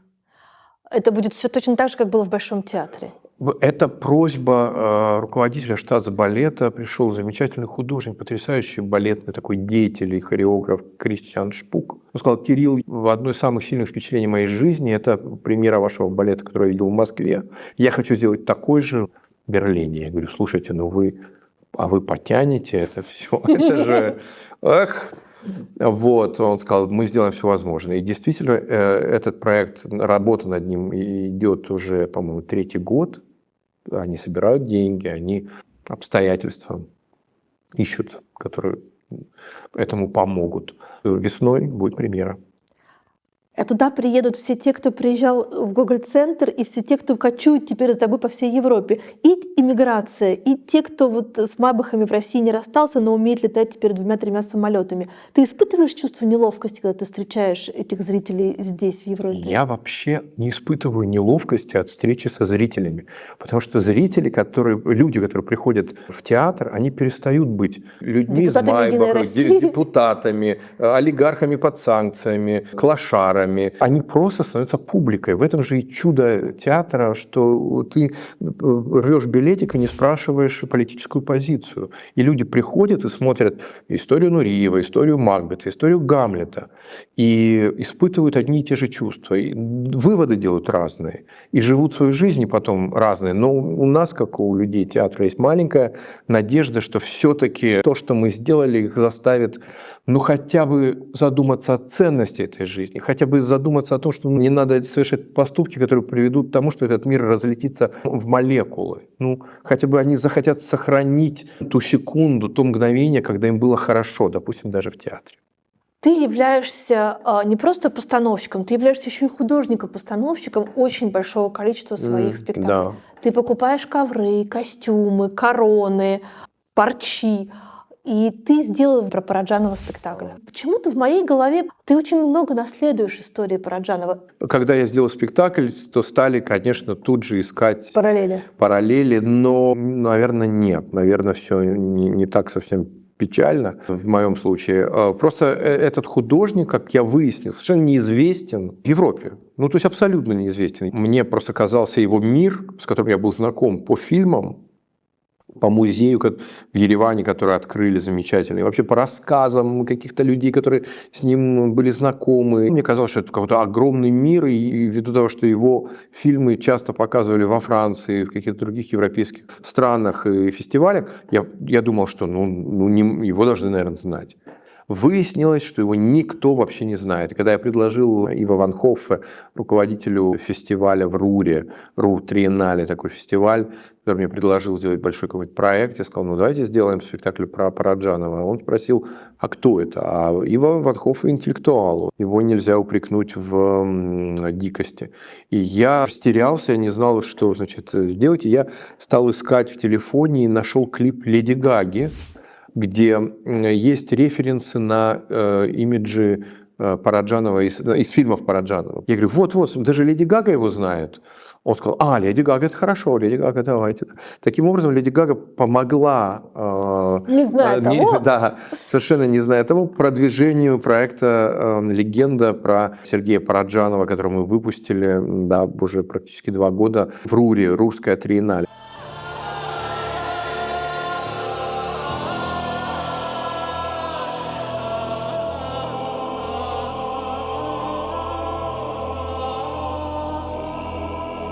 приехал огромный грузинский патриарший хор, 40 человек, и это было что-то магическое.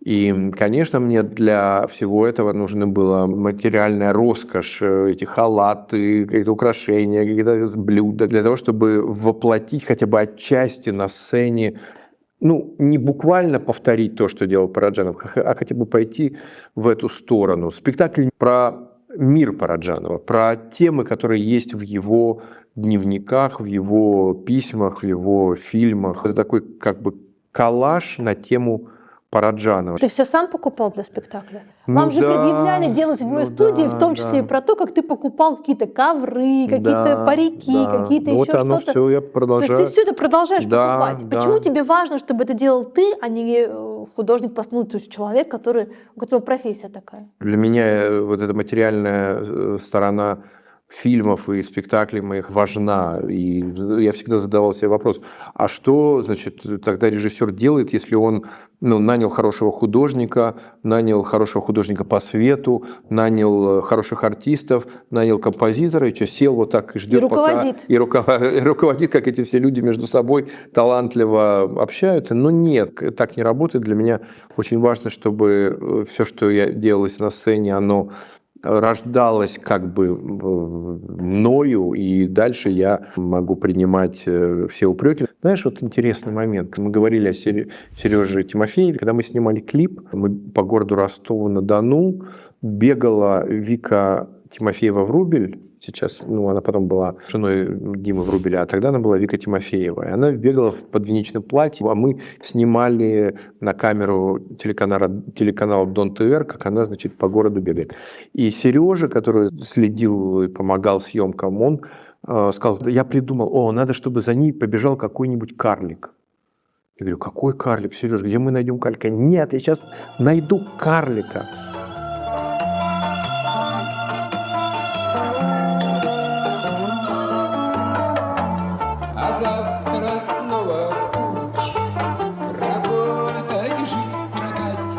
Я знаю, что у него тогда не было совершенно денег. На сигареты не было денег, на еду не было денег. Он наскреб у каких-то друзей-музыкантов последние деньги и нанял какого-то человека очень маленького роста, так скажем, сегодня, и заставил его бегать за, значит, Викой где-то. Я тогда первый раз увидел, как ему важнее то, что в кадре, чем поест он, выкурит на сигарету, выпьет он. И я говорю, у тебя же нет денег, почему ты потратил все на карлика, который просто пробежит там где-то. И который в песне не упоминается. Да. Вот я со временем понял, что есть такие вещи, которые объяснить другим невозможно, но которые для меня являются очень важными. Все зависит от того, будут эти вещи или не будут. Вот если они будут, значит, все хорошо. А если не будут, все плохо и вообще все отменяем. А как отличить блажь от видения? Это я не знаю. Это вот спроси у других людей, которых я мучаю.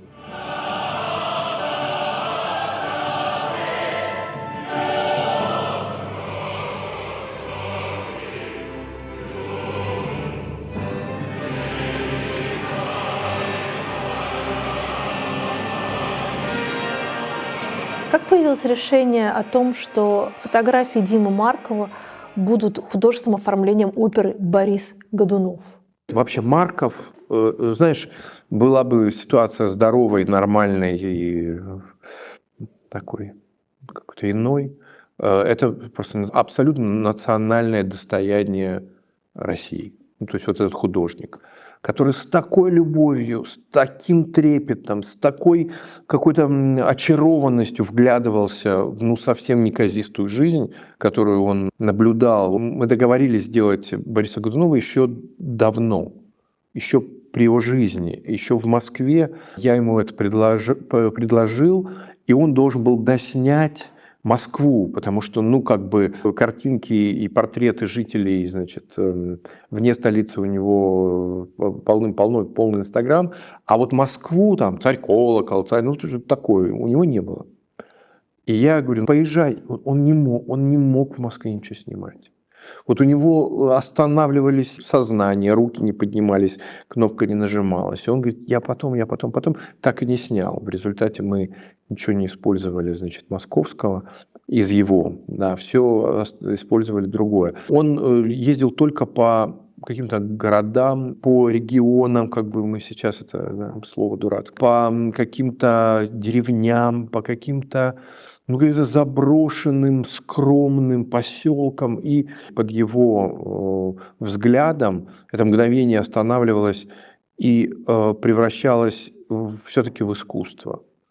Он был какой-то мастер композиции, мастер увидеть историю, которая в снимке возникает. Это же не просто снапшот, да? Это за каждым снимком возникает, просто ты можешь написать целый рассказ. Он, кстати, и делал, он замечательно был журналист, он писал очень хорошие тексты к своим фотографиям и делал документальные фильмы, он очень много помогал приютам. Я, когда увидел его в Инстаграме, и я сразу ему предложил, мы познакомились через Инстаграм. Ты ему написал в Инстаграме? Я ему написал, говорю, давайте сделаем выставку, потому что вы должны выставляться. И он скромно приехал, человек вообще, который там испуганный, он никогда не был в театре.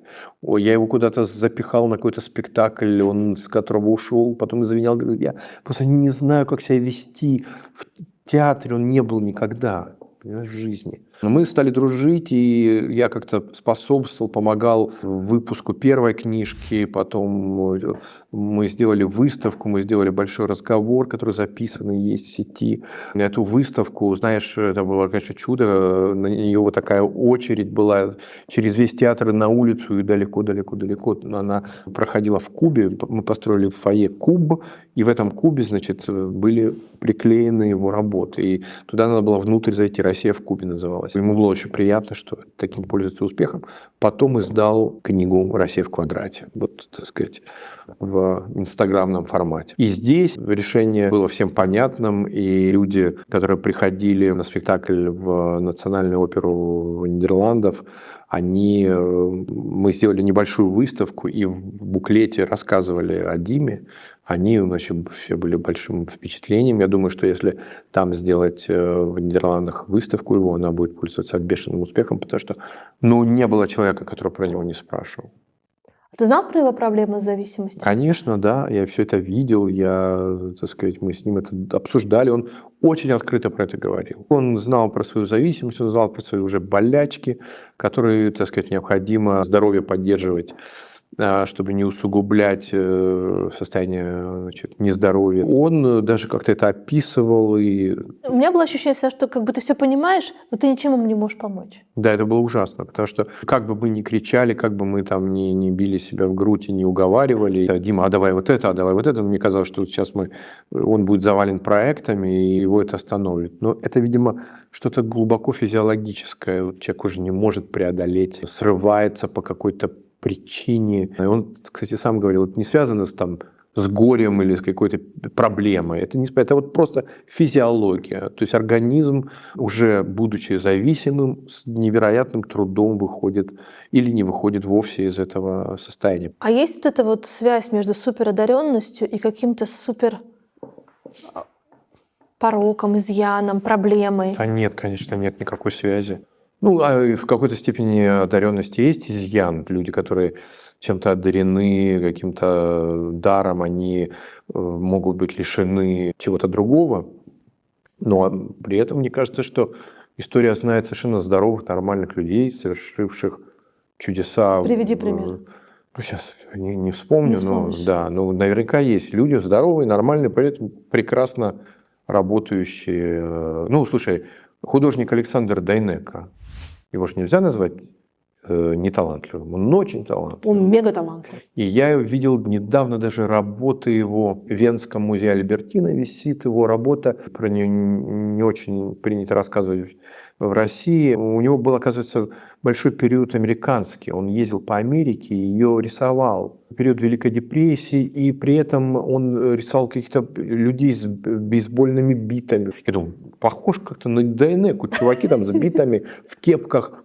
Смотрю, это действительно Александр Дайнеко, 1930, 27 год или какой-то такой. Потом приехал, значит, в метро. Не знаю глубоко его жизнь, мне кажется, он не состоит из изъянов. Здоровый человек. Я тоже не знаю глубоко его жизнь. Может быть, да, мы сейчас... А там, может быть, какие-то такие бездны. Не надо трогать Дайнеку. Ты написала огромный пост, очень горький, но при этом очень описывающий тебя, касающийся тех режиссеров, которые ушли за последние полгода, да, получается. Да. Это Боб Уилсон, Борис Юхананов, Юрий Бутусов и Еремин. Да. Если можешь вот коротко про каждого из них, что он в тебе добавил?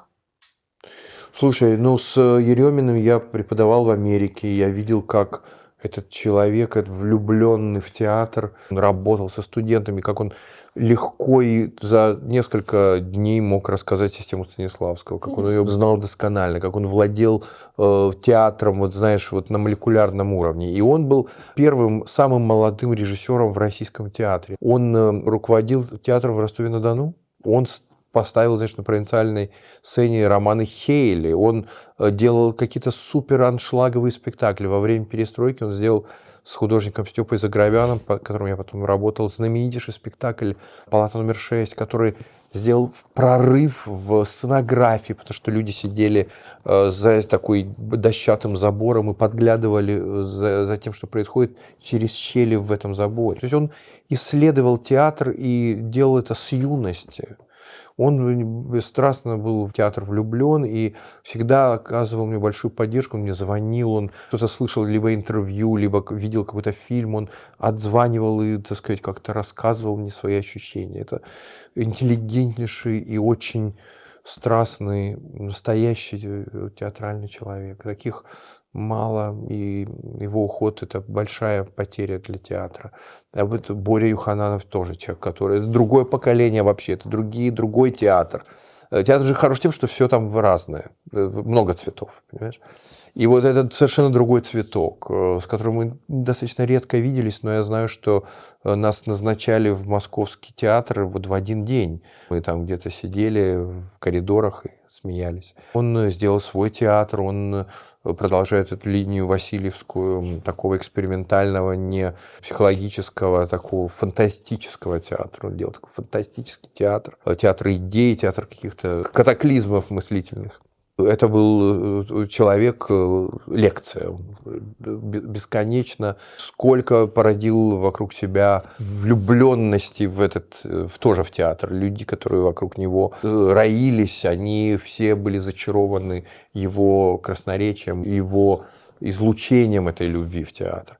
А Боб Уилсон, понятно, это, так сказать, человек, который сформировал или открыл новый какой-то тип театрального мышления, и все были им поражены, потрясены. Я с ним там очень коротко, чуть-чуть соприкоснулся, но я учился на его спектаклях, я видел, как он работает с материалом, когда это получается, когда это не получается. Но мышление, меня интересует в театре всегда способ мышления. Какой у тебя любимый его спектакль? Black Rider, один из первых его. И мне очень нравились некоторые оперные спектакли его, просто феноменальные. Я Травиату обожаю. Красивые, да. Это вот у него, когда есть совпадение материала и его стиля, это феноменально. И, собственно, Юра Бутусов, который, важнейший российский режиссер, который открыл и закрыл вот этот экспрессионистский театр, театр суперэкспрессии, театр энергии. Театр какого-то разрушения и при этом нежнейший, тончайший смысла и искусства, наполненный страстью. Когда он выбегал в спектакле «Чайка» на сцену, и там я не верю, что я это вижу вообще. Вот, и там все разносил к чертям собачьим под какую-то музыку из собственного айпода тогда еще. Это все мне казалось удивительным. Мы редко виделись, но метко там как-то друг друга поддерживали. Он мне очень говорил важные для меня слова, поддерживая. Вот, поэтому люди, без которых этот театральный мир уже не будет прежним, они сильно повлияли на всех нас. А ты чувствуешь, что там за тобой больше уже никого и нет? Почему ты так говоришь? Я не хочу об этом думать. Но ты теперь взрослый. Я теперь взрослый. Нет, я с этим тоже не согласен. А что такое возраст? Искусственная конструкция. Сколько тебе лет? 30.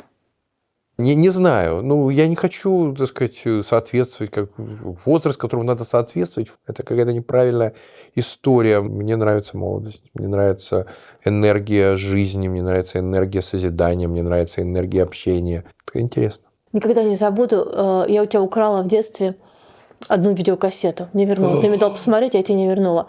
Она как раз описывает сложность человека. Там была, ну тогда раньше, помнишь, были Эммануэль? Нет. Там были видеокассеты, там было 2 фильма записаны. Так. «Турецкий фрукт». О, хороший. Рутгер Хауэр. Рутгер Хауэр. Поль Верховен. Да. И «Обед нагишом». Ну, практически. Второй это Кроненберг, правильно? Да. По Берроузу. Да, хорошие фильмы тогда писали на эти ВХС-кассеты. Они были такие прекрасные, что я тебе не вернула. Но мы с тобой говорили, что вот есть, бывают, да, фильмы, которые ты смотришь в те моменты, когда тебе нехорошо. А что ты смотришь? 8,5.